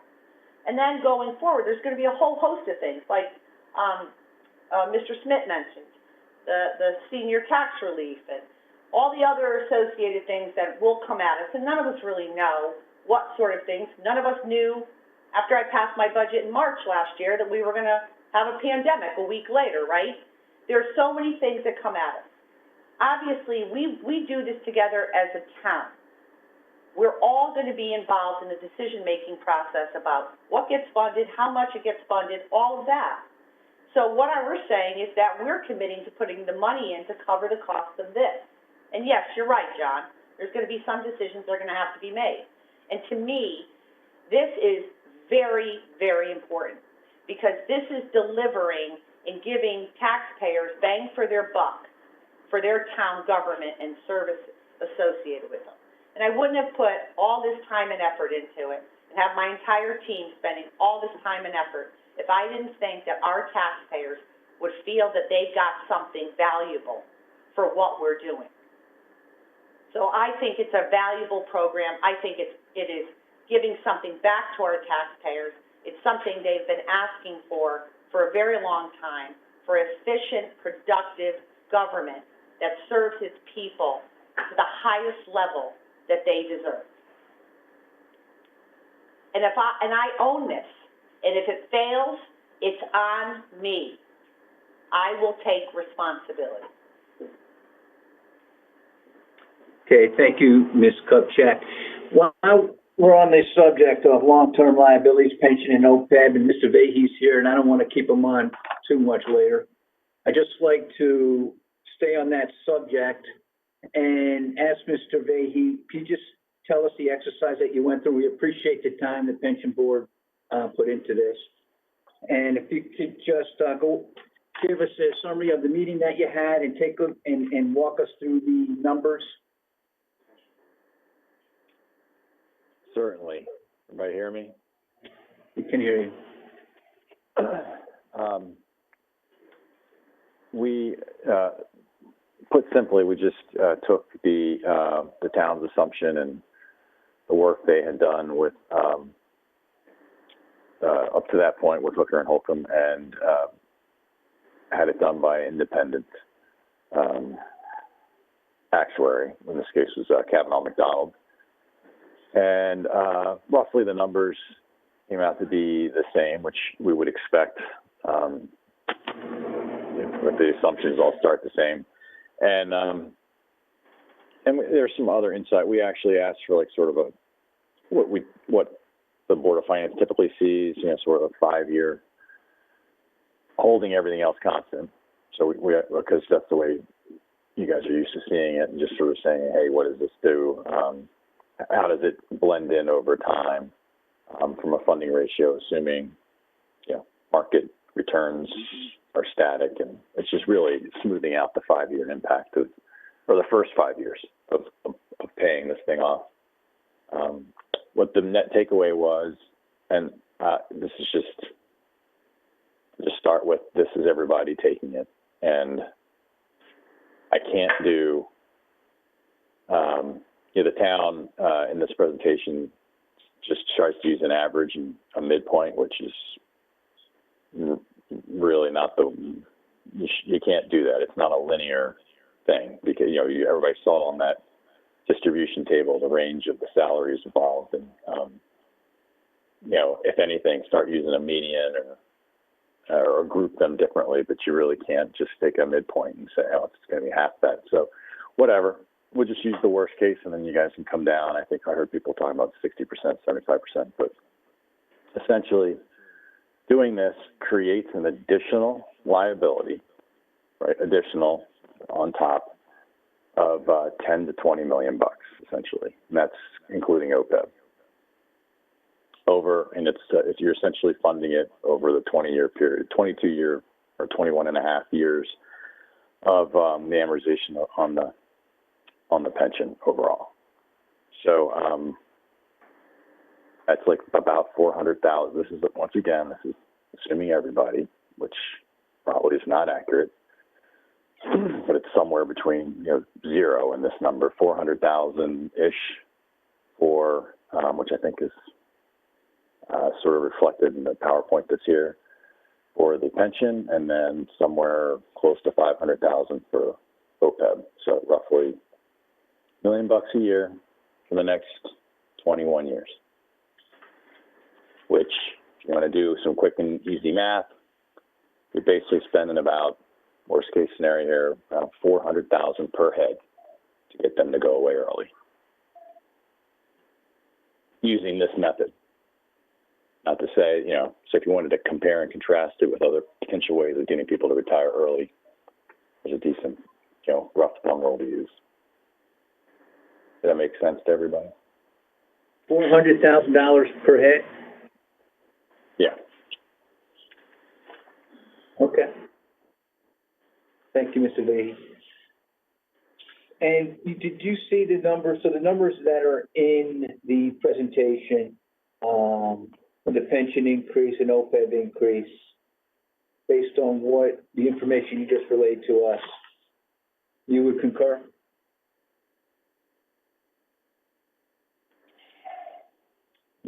So, and on page of the town's presentation page.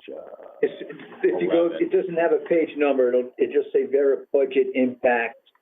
Yeah, it's page. I see it. Well, mine says page 11. So the FY 21, 22, 23. Yeah, you can see that if you roughly double those numbers there. Okay, I was a little light on OPEB, I guess, but so the numbers seem to tie out. I think the missing part on here is, people are like, oh, I don't know really what the impact's going to be beyond 3 years.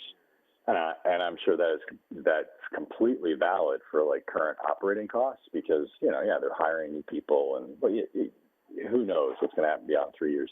But I can tell you with quite definitive certainty that pension and OPEB, those are around for a long time beyond the 3 years, and they're baked in. That's definitely happening. Okay, thank you, Mr. Vahey. Any questions for Mr. Vahey? Mr. Bateson? Yeah, thanks. Can you hear me? Yes. Thanks, Brian. Brian, I just want to follow up. I sat in on your meeting last week, and just hearing you speak now, when you say additional liability, my view on this stuff has always been pretty parochial. I look at this as these people were going to retire eventually anyway. So when we say additional liability, to me, I'm just viewing this as a timing difference. We were either going to incur this additional ADEC when they retired. Now we're just advancing that cost. So I get a little confused when we say additional liability. Is this additional liability strictly because of the VERIP? Or is this just... Yes. What was that? Yeah. No. So when you saw in my report last week, not my report, the actuary's report. I'm hearing an echo here, is that me? That's probably me. So how, and actually Jim, Mr. Walsh was all over it when they were saying that, currently our unfunded actuarial liabilities, roughly 30 million, I think, on this side. And, this is gonna add, 10 million to that total. You're increasing your unfunded actuarial liability by a third, and that is purely from this plan. Like, today we sit, like you said, like there it is. We know, we've modeled it out that this is as, people retire at, we usually, the way they do it is, it gets fine tuned. Like every year we do, every time we do an experience study, one of the pieces that you have to factor into how they're calculating that liability, to your point, is, hey, they're going to retire anyway. Well, one of the things they look at, they'll look at the previous 4 or 5 years, and actually they'll look even farther back for this particular part. They'll say, what happens in the town of Fairfield? Like, do they love working, which apparently, from what I'm hearing, they must really love working or don't want to leave or whatever the case might be. So do they retire as soon as they're eligible, or do they stick around? Our previous fire chief is a great example. I mean, he stuck on way beyond what people had, but what he did, and some of the other folks in the fire department is actually a great example. They love being firefighters, and they do not retire as soon as they're eligible generally.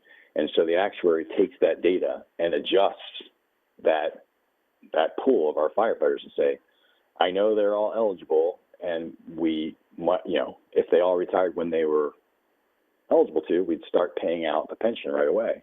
However, it's great that the firefighters stick around. You're like, why? Well, because from a liability perspective, each year the firefighter works, they're paying into the pension. That's good, because that means, because the only things that go into when you look at I'll call it the equation for the pension, the only positives are town contributions, employee contributions, and investment returns. Right? So that's just it. That's the only sources. So if they keep on working, that means they're still paying in. And on the flip side, you're paying pensions, and you keep doing that until they pass away. So I'm not trying to be a dark person here, but each year somebody works longer than they have to, we get more money in the pension, which is nice, and we don't pay them a pension, and they get 1 year closer to death. Sorry to be grim, but that's a great scenario. So when somebody really exceeds what we've mapped out, you actually start knocking down your liability. But they take all that stuff into account. So we're doing something like a VERIP where we're like, hey, people stick around at Fairfield. You're pulling that forward, and that's why your liability went up. And a fair amount of these people are getting the 106%, which is also, that's an instantaneous, that was never modeled. You have to add it in. And you're paying them that 106% benefit till they die. So that's why it's a big liability. That's what I call financing this with a pension. Okay, I know the discussion has answered my question in the fact that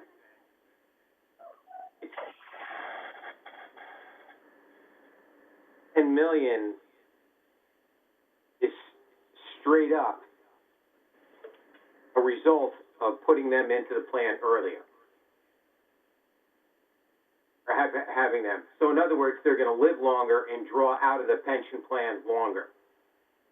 Not live, but they're going to be drawing out of the pension more than we expected them to before.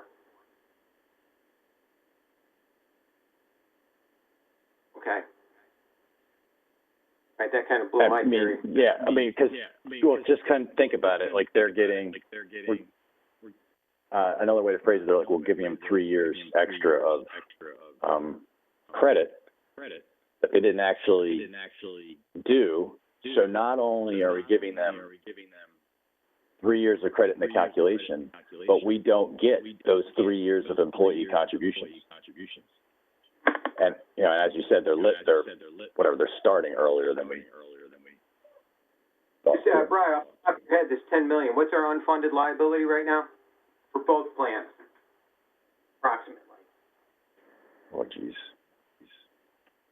Ken Brackbud, you can jump in anytime and quote stuff.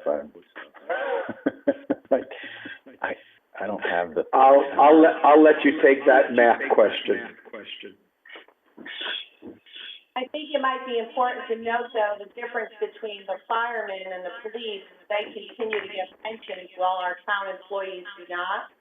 So the liability does go down every year because we don't have new people coming into the pension fund on the employee side. So I think that's just something to note. You want to say that again? Our town is on a 401A plan now, so there is only a pool of people that go into the pension fund. And after a period of time, it goes down the liability because we have less people that will be utilizing the pension fund. New employees don't go into the pension fund, and there are employees who are not in the pension fund. So over time, the liability goes down, whereas the police and fire, they continue to be in a pension fund. New hires. Yeah, they're in a runoff, and it's right, and you have to pay the liability you've already incurred, and for the current people who are still vested and are going to retire. So the number I'm quoting, the 30 million, that's our unfunded actuarial liability. So we're not 100% funded, right? We're at 83, right? 83.5 or something like that. So you're adding 10 million to that, and you're still dividing by the same amount of your actuarial assets. That's how you get your funding ratio of that 83.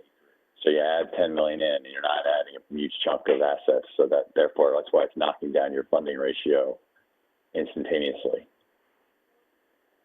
Which, we can recover. He shows the 5-year glide path. We're just right? It's like your mortgage. He just shows that 5-year thing. That actually was just trying to show you that because you're going to end up paying another $500,000 a year, you're knocking down your unfunded, which we better be, right? And if you kept on mapping it out, we should keep the way it's modeled at the end of 21 and a half years should be zero.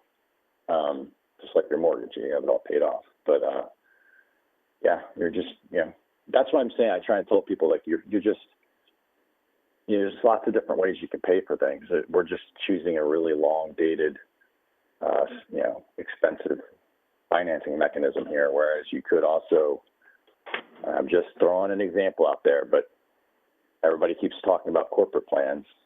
So very, very frequently you'll see people do lump sums. Why are lump sums very attractive in terms of cost? Well, because you know your amount right away. You know what I mean? Like, you want to take it out of your cash flow. That's what it is. You want to, use a bonding or whatever. It's done. And the positive is, you don't have some long dated variable thing that you have a handle on how that might change over time. And the other thing is, from an employee standpoint, they're like, well, will people take it or not?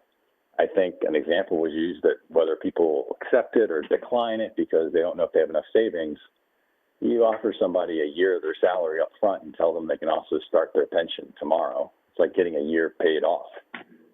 Yeah, it's a pretty attractive incentive for a lot of the corporate plans, and that's why people generally hit them, and it's a lot easier to model out as far as what your long-term impact is.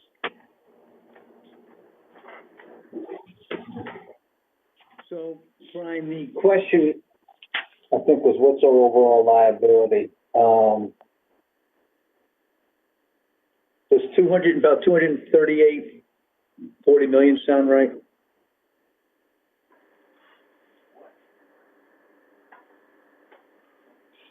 $238 for the town sound right? Yeah, that would be the total, not just the unfunded portion. I can grab it. I'm sorry. I'm just apologize. I didn't have that at my fingertips.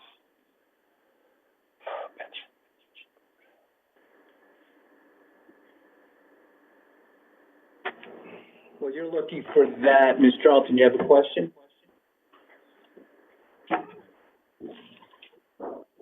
And you're on mute.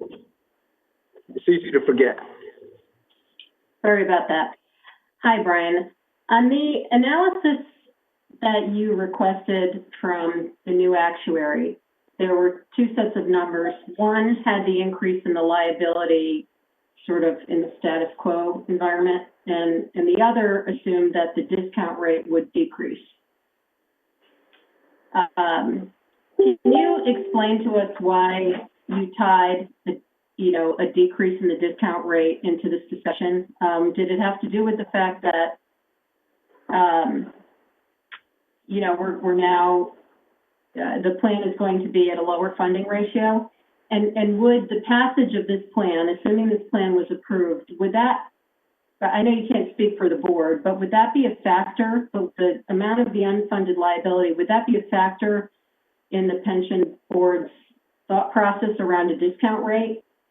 Because I realize these are all estimates, right? We're ultimately going to pay what we're going to pay, but from a cash flow perspective, if this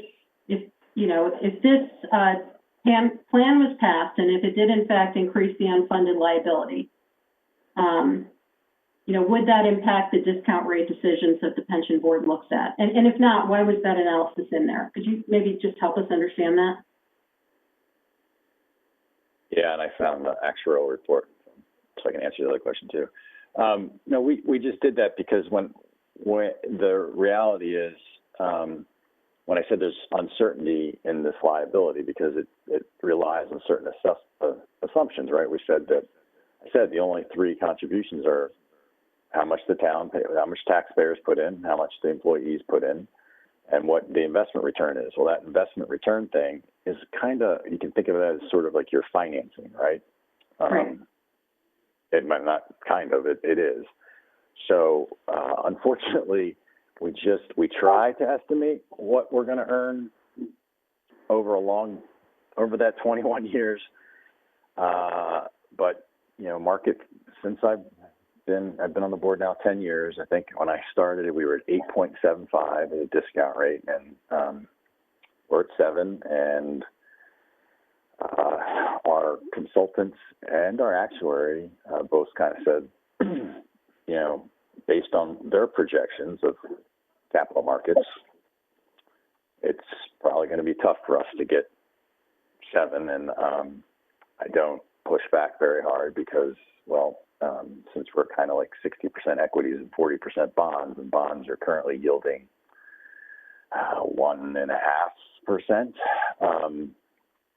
it's hard to believe that we could make up with the other 60% of the portfolio and get to a 7% return. So it looks like and generally that forces the pension board's hand because we have to. If we don't change that assumption and we keep using it, we're misleading the Board of Finance and everybody else who does the budget because, we're basically trying to ignore reality. And every year and it's also going to cause us to not have the ADAC proper, and we're going to, essentially be underfunding what we should be funding, and that'll come back to bite you eventually because you're not saving enough and you're compounding. So whatever you miss, I get it. I guess if you're that's why we did it. So we did it because then what that instantaneously does, changing your assumed rate of return, it instantaneously increases all your unfunded liability, right? Because we have to make up the 30 or 40 million bucks. If now you don't have enough oomph from your investments, you're going to have to contribute more in ADAC. And so our point was you're adding more liability, like we just had that conversation with Mr. Bates about the extra 10 million bucks. Well, how much are we going to have to pay on that mortgage over 21 years?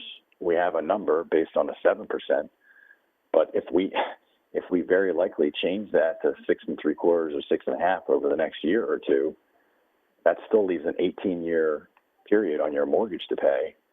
And I just wanted folks to see, so in other words, right now we just said everything's static and it's going to be whatever, $400,000 a year for the next 21 years. Right. That's if everything stayed static. And we already know that one of the assumptions is staring us in the face.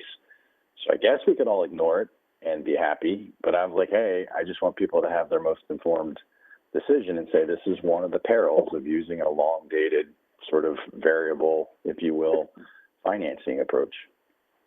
Thank you, and I think that's a really important point you just made, but I do just want to clarify one thing. Are the two are you just saying, all right, this is one of the perils of using a long-term financing approach, so I want you to see how much this is going to go up by, you know, if we do this, and how much a change in the discount rate would add to the cost of this, or the cash flow outlay of this in the ADEC. But my question is, in your mind, are they connected? Does the fact that this plan would lower our funded ratio of the plan, would that impact or prompt a decision on the discount rate one way or another? I mean, the fact that we are at a lower funded ratio, would that cause you to be more likely to take immediate action on the discount rate, is my question. No, because of my explanation of what, right, because the discount rate's totally based on just facts of where we think returns are going to be long term. But you bring up a point that as soon as we change that discount rate, not only are we kind of increasing our mortgage payments, but we're also, right, because now we have a bigger liability, so it does change that ratio you just talked about instantaneously. So we go to the actuary, we agree with the actuary, we go to 6.75 from 7%. He pointed out in that analysis, you know, we move without the VERIP, we already lose, God, I forget my thumb rule. I think it's like, for every 25 basis points, it's roughly like 1%, I think. So I think it's at least 1%. So we would instantaneously drop from 80 to 83, I quoted, or 83.5% funded. We'd instantaneously drop to like 82, roughly 82%. And I might be off. It might be more than that. But I mean, so that's without VERIP. And then you add the VERIP impact, which we said was roughly about 3%, or the actuary says about 3%. And that takes you right at, you know, you're at 80 or 79.5 from the double whammy of the two things. And I'm staring at to answer the original other question by Mr. Bateson.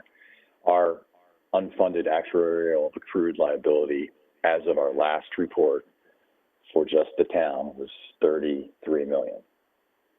So yeah, so I was exaggerating just a tad when I said it's moving it up by 33%. It'll be about a 30% increase by adding $10 million on top of that.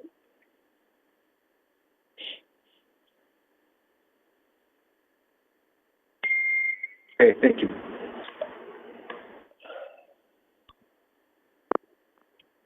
Thank you, Brian. Charlton, follow up before I move on? No, thank you for that. Any other Sorry, questions? one other thing, I was just way off on my thumb rule.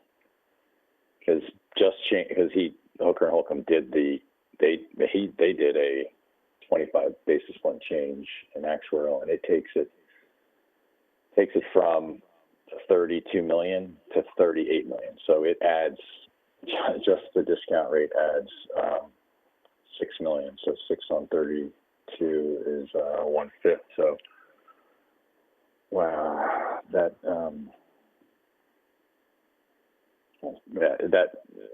so I was off. It takes a couple percent by itself too. You could call it 2% for that 25 basis points. Take us from 83 to 81 just using the discount rate. Sorry, but I'm done.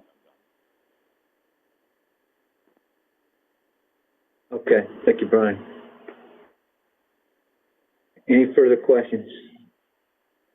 Mr. Bateson? Yeah, Jim, can you hear me? Yes, we can hear you. All right. I'm trying to take all this in and figure out what the RTM asked us to do and how we should move forward. And when they ask us to verify these numbers, I find it hard for us to verify. It seems the assumptions that the administrations are using are reasonable. But since I have no hard data in front of me about who's leaving, who's going to take the package or not, I can't verify. But I can see that what I'm looking at appears to be reasonable. But I think one of the more important things, or what I think the RTM is struggling with, is the impact on the pension and affordability. And, you know, listening to Vahey and the pension board, that discussion, you know, what we went through last year, we struggled to hold the tax rate increase at 0. You know, we sold our soul on the OPEB. We got to make up that difference. We're going to do that with some of the surplus, but we don't know how far that's going to go. We're still going to have to fix that problem in the next budget. Then with this, the ADEC, you know, if the pension board decides to, you know, go to 675, that's going to impact the pension, the ADEC as well. So the RTM needs to know that there's 3 pieces out there that is going to affect the ADEC. And from what I'm hearing, this could be a significant number now. I mean, I don't like the fact that the VERIP is impacting our unfunded liability by 30%. I mean, then I go towards where Vahey's saying, okay, we got to find an alternative method of financing here. That's where I am on that. So my thought is if the RTM is looking for guidance, I don't think the best way to finance this thing is through the pension. That's my sole opinion, because we're building a big number out there in ADEC that, you know, and Walsh is right by asking Brenda, are you going to finance that? Are you committed to putting that in the budget? That's a reasonable question, because we're being asked to opine on this, and yet we don't know what the number is going to be, but we need assurances that no matter what it is, we're still stuck. We're committed to funding not only pension, OPEB. We dug ourselves in a hole with OPEB last year, and number 1 on my list is to get out of that hole and start going forward. So I think if the RTM is looking for guidance on affordability, yes, this is going to be expensive. They need to know that there's 3 pieces out there that we're concerned about. One of them was the mortality rate from last year. That we think we've pretty much got hammered out. But then we've got the VERIP, and we've got the considered impact of 25 basis points on the discount rate. So that could lead to that. If that winds up multi-million dollars in an ADEC, and combine that with COVID continuing, more cost concerns to the taxpayer, that goes to Matola's point, where are we going to find this money? So, I don't know how we relay all this to, I mean, that's my feelings on all of this. How we relay that to the RTM, I don't know. Everything that the administration is hoping to do, what they're saying appears reasonable, but it is expensive. Right. So, just again, we were not asked to make a recommendation on how they should vote, but we were asked to verify basically everything that you just stated, which is fair. And then they have to make a decision.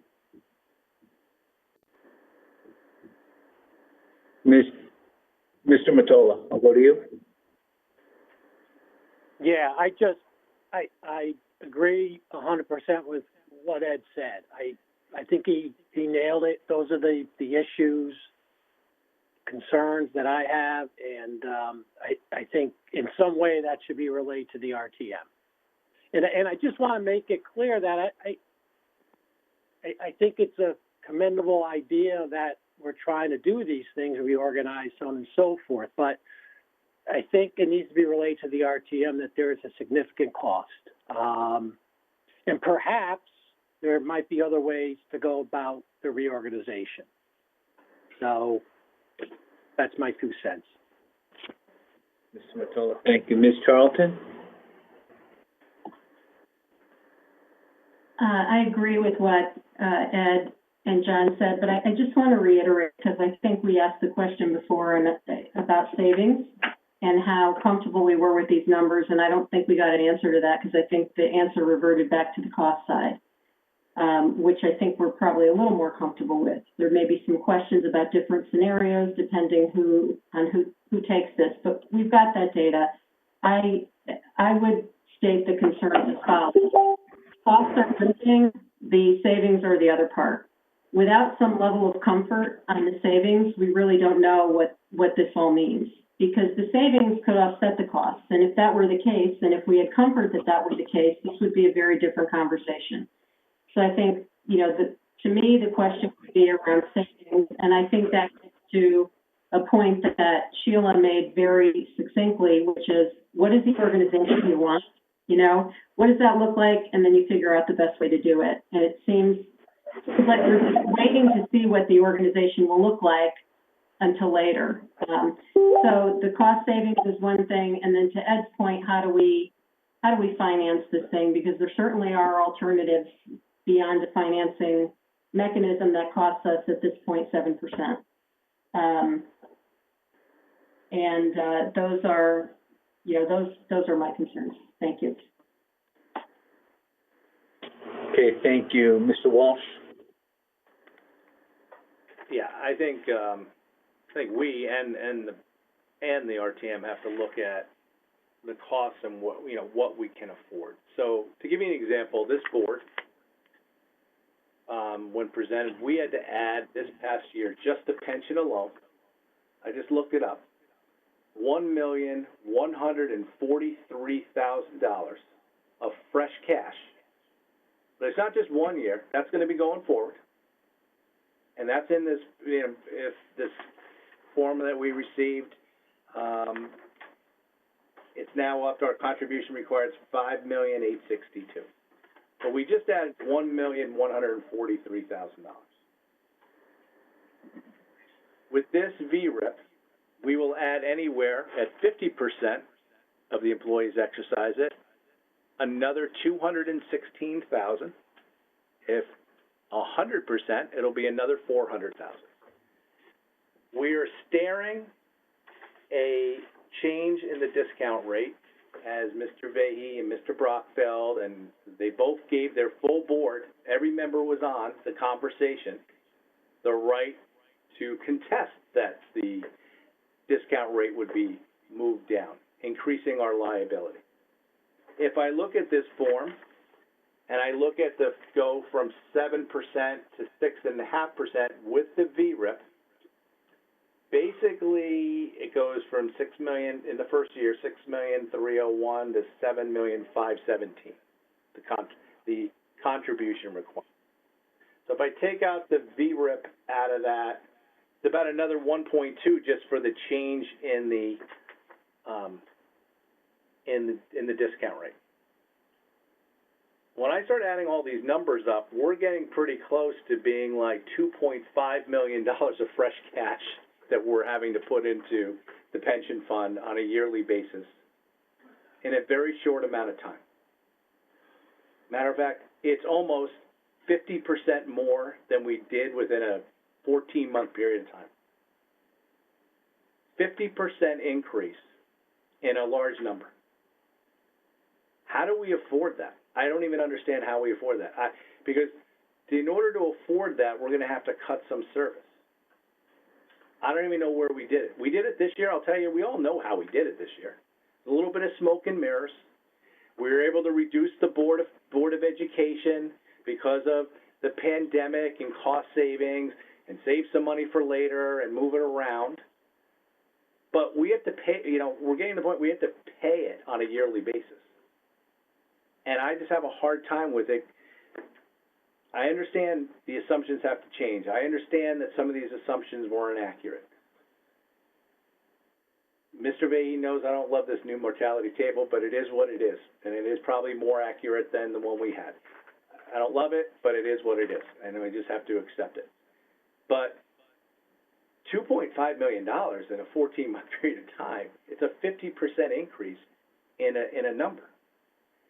That doesn't even take into account, if we do the VERIP, the additional amount for OPEB of another, anywhere between, if 50% take it, $293,000, and if not, it'll be double that to like $500,000. And $560,000 or $580,000.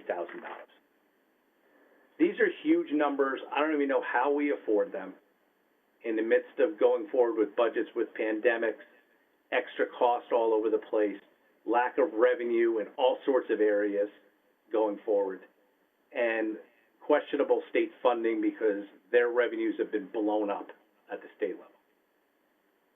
It just, I don't even know where this money's coming from. But the RTM's got to know about these liabilities so no one's surprised, because these are drastic increases we will, if we do, and the VERIP is just adding to it. We're going to have some of these expenses no matter what.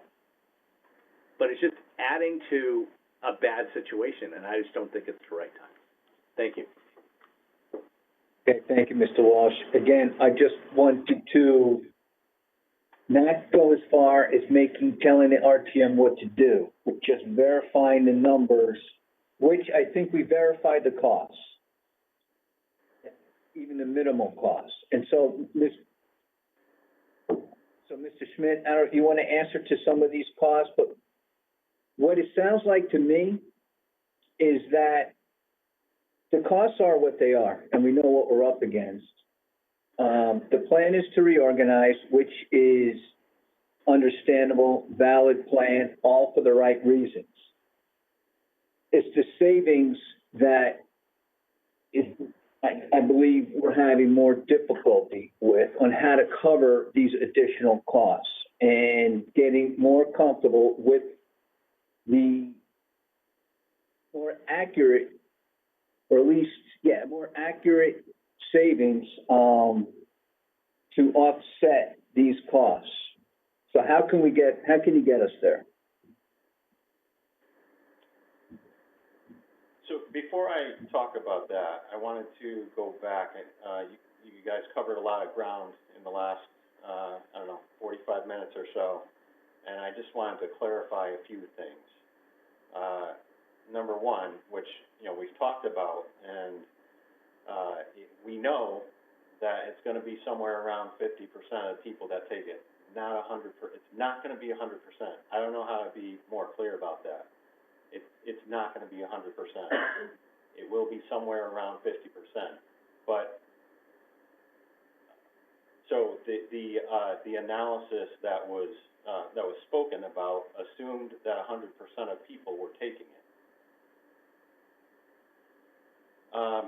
And when you don't do it at 100%, you do it at about 50%, the impact on the funded ratio it's still over 80%. It's probably somewhere around 81, 82%. The funded ratio does not take that big of a hit to where it jeopardizes our rating. The point came up about offering a lump sum. We tried that. It didn't work. We have a partner that we are negotiating with and make offers to, and if they don't accept it, there's not much we can do about that except go on and try to find good ground that we can compromise on. But we did try the lump sum approach, and it wasn't accepted. It wasn't acceptable.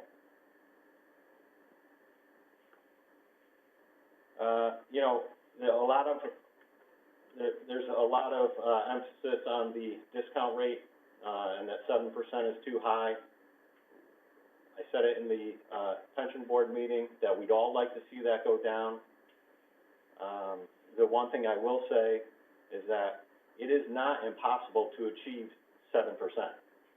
Over the last 10 years, our pension fund, between 2010 and 2019, we achieved 8.85% per year. And so it's not impossible over the long term to achieve an amount of return like that.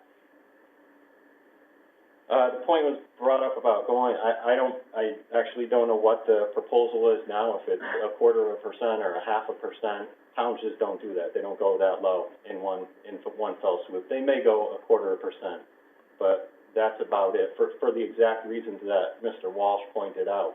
This is expensive. This is, it's expensive it's going to add another expense to us. So, I think and that was one of the other flaws in the analysis that was done by Kavanaugh McDonald was that it assumed that there was gonna be a drop in the discount rate to 6.5%.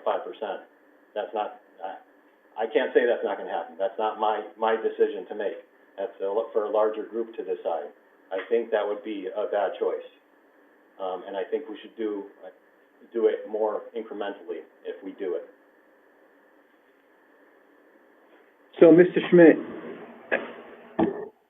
Mr. Jared, Yes, the numbers that we're looking at, the pension increase and the OPEB increase are based on the current discount rate, correct? I guess that depends on are you talking about the numbers in our presentation? Yes. Yes. Okay, so that's fine. We understand, what may happen to the discount rate. We understand the cost side of this. What we're looking for is more of an explanation on how you're going to cover that cost on the savings.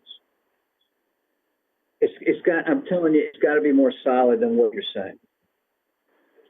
The fear is that we don't have enough information on how you're going to make up for the cost of this plan.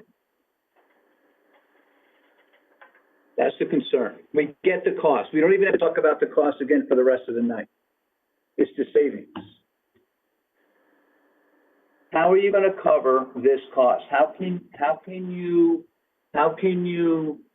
convince us in some way that these costs will be covered based on the data that you use to come up with the total savings for fiscal year 22, for example, of $810,000? So, I'll maybe put it a different way and say that this is a balance between, we would all like to see there be savings at the end of this, but it's a balance of that and creating and reorganizing government in a way that it's going to function better and serve people better. And that's what we're trying to achieve, and that's why it's difficult to give you a precise commitment to how much money we're going to save. We're going to balance those as best we can and try to get as much savings as we can, but we're also going to try to achieve better government and make it and reorganize government. So, we gave you a couple of different scenarios here, and there were obviously other scenarios in the past based on 100% of people taking this, which won't happen. But that I guess that's what I would say. We do. It's not that we're not going to try to achieve savings, but we're also taking into consideration the reorganization of government so that it serves people better.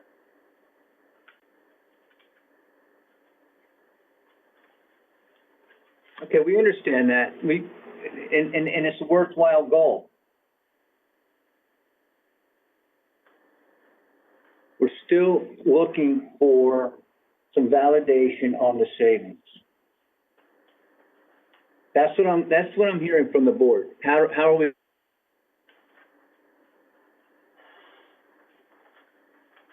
Jim, I'm not sure what you mean, though. Are you Going to cover the costs? And for us to? Oh, I'm sorry, you're breaking up. Can you hear me, Jim? I can't hear you. Yes, I'm back. Oh, I think I can now. Yeah, I can hear you. Oh, okay. Well, obviously, when we first brought this proposal to the RTM, and even throughout this process, I have not said that the emphasis was cost savings. Yes, we want to achieve cost savings, but the emphasis is that our town government has not been reorganized ever. Like ever. There has never been a reorganization of our town departments to bring them up to the 21st century. We have job descriptions that were written 20, 30 years ago. there's just needs to be a reboot of our town, and I understand that people are concerned, but I think that the cost that we're looking at, that we have to, put into the budget to pay for and cover this, to me is worth it. If you're paying for positions that you're not getting all your job description metrics met, if you have constant phone calls coming into town hall complaining about the services that your town government delivers, and people say, I pay $30,000 a year, $50,000 a year, and so on and so forth in taxes, you know, these are some of the things that I have experienced being here, and it's just now a little over a year, that I believe I have an obligation to try to address to our residents. Now, I understand that this is, it's going to have costs associated with it, absolutely. And, you know, to Ed's point, you know, we're all gonna have to look at the budget as we always do as a team, all the boards together, and we're all looking at different things and what we have to fund and the various decisions we have to make. To me, this is one of those decisions. This is the decision to say we're going to invest into our town government so that we can deliver top-notch services to our residents. And I think it's similar to what we've said for years, as I have when I was on RTM and Board of Ed, that we need to invest in our education, we need to invest in our schools, we need to invest. But the towns has never really been invested in.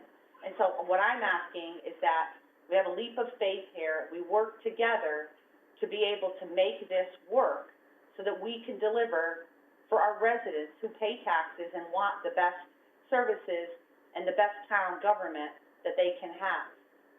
So I don't know really what else to say. I mean, we've put so much together, we've given so much information, so many scenarios, 100%, 50%.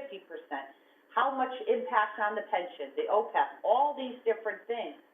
But again, these are decisions we have to make together as town boards, as town government, as we build the budget going forward. We haven't even started that process yet. So that's why I'm asking if we could do this so that we can include it in the budget going forward, and we're all aware of what we're gonna have to spend for our residents to deliver this service to them. I thank you, Ms. Janet. Mr. Dewitt?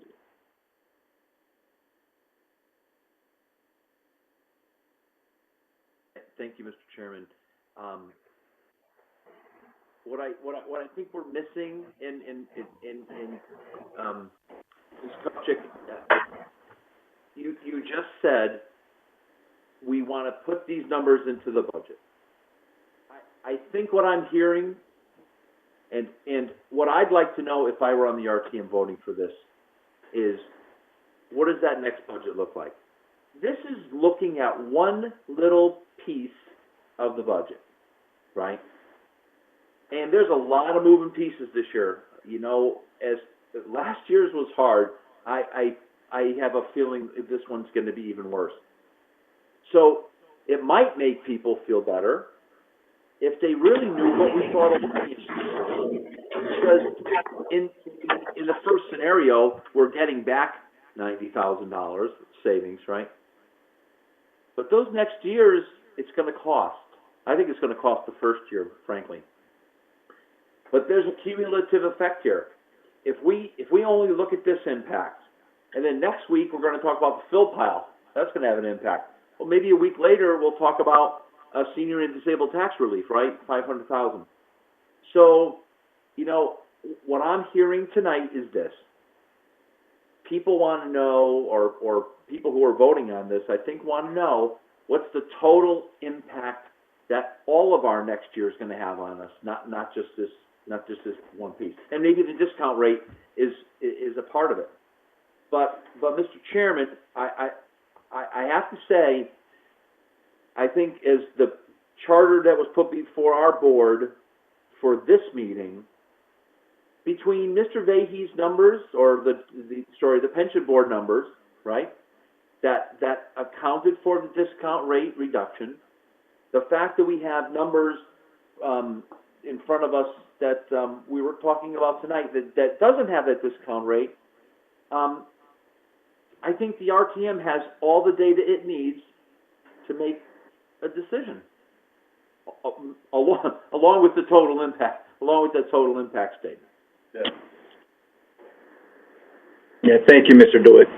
And I agree. I think we're very close. As a matter of fact, I'll ask, does anybody have any final questions or comments? Mr. Brown, I would also like to add that I think there's a cost to not doing this. There's costs associated with, a lack of productivity. And I think those things have to be taken into consideration as well. I agree. I agree with that statement. What we're looking at, that's tough to, that is true.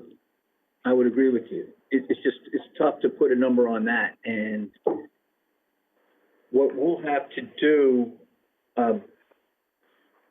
Ms. Kupchak, is just, as we, look, the idea is to answer the questions to the RTM. So when I'm at that committee meeting, or when I call into the committee meeting on Monday, I want to be able to answer the bullet points that we laid out in the beginning.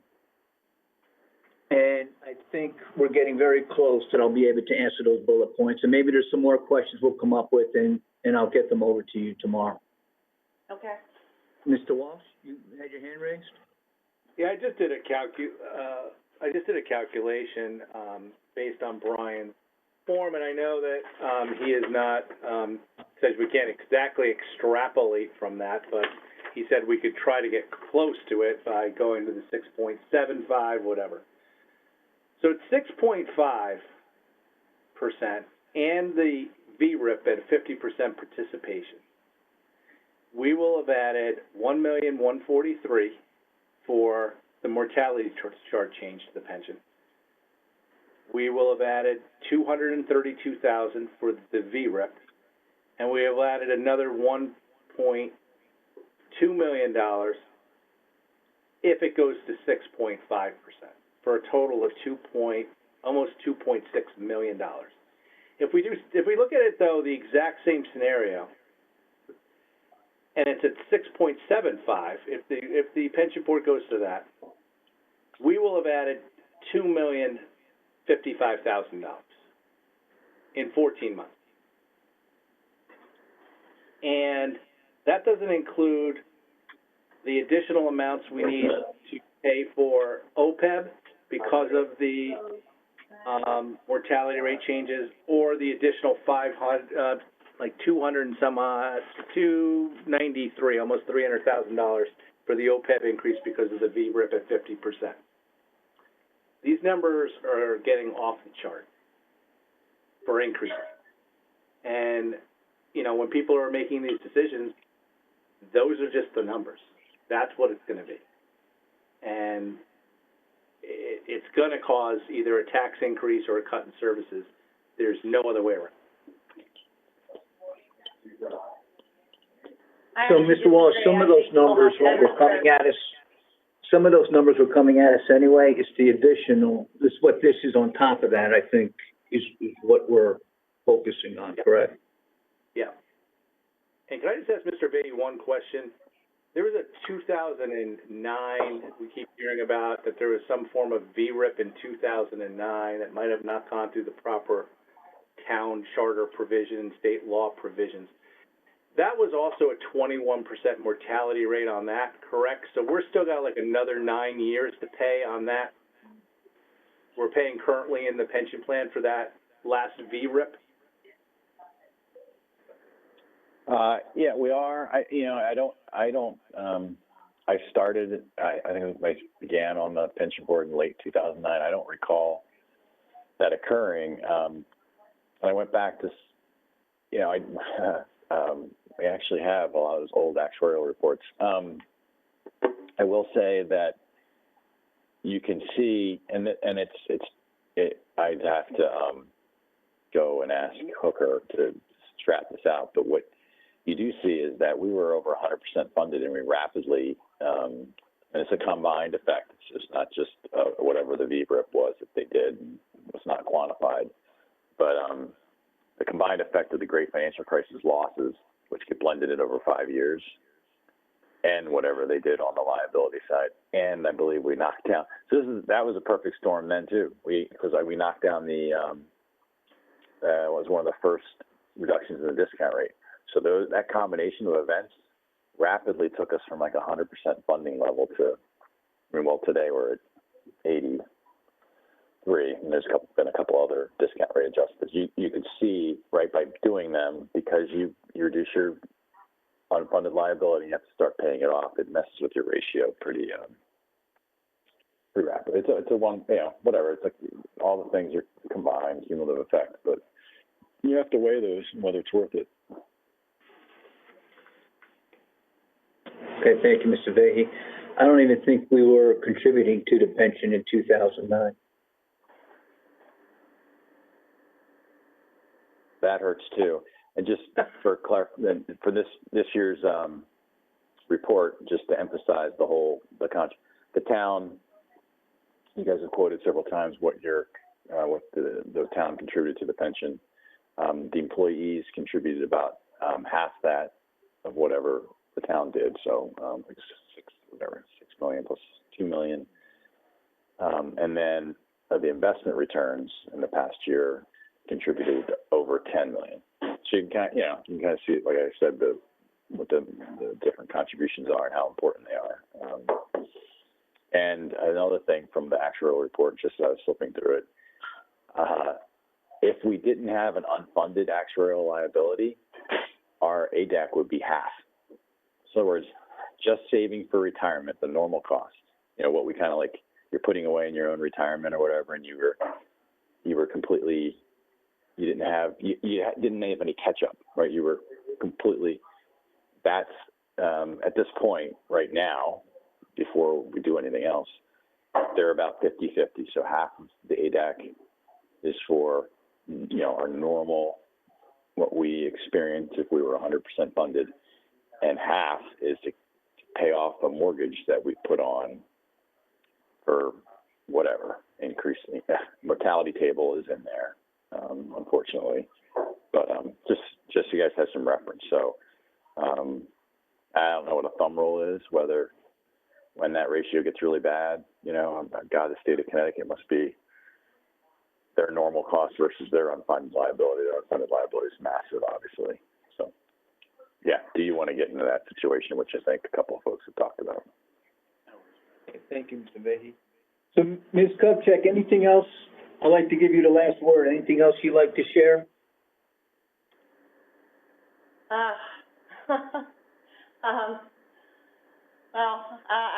Well, I thought we, provided as much information as possible. I think this is the most vetted retirement package probably in the history of the world. So I'm looking forward to next week being over, and I'm hoping we can move our town in a positive direction and do some things we've never done before. Okay, well said. Thank you. Okay. All right. So with that, I'm going to go to item number 4. But before I do, does anybody have, I'll give one last shot, any last questions, thoughts, or comments on the bullet points that, we started out with? We all agree we covered them? Okay. So item number 4 is to adjourn, but I do want to go over quickly the schedule for the rest of the year for meetings, okay? We could have Jennifer, maybe I sent this out, but if not, we could have Jennifer sent this out. So we have a regular meeting on November 17th. We have a quarterly review on November 24th. On we have our organizational meeting on December 1st, and it looks like we're gonna have our capital plan workshop meeting on December 10th. Okay, so it's almost like budget season, so we have a lot of meetings coming up. So item number 4, to adjourn, can I have a motion to adjourn? Mr. Mottola, seconded by Mr. Dewitt. All those in favor? It is unanimous. Okay, good night, everybody. This session is no longer being recorded.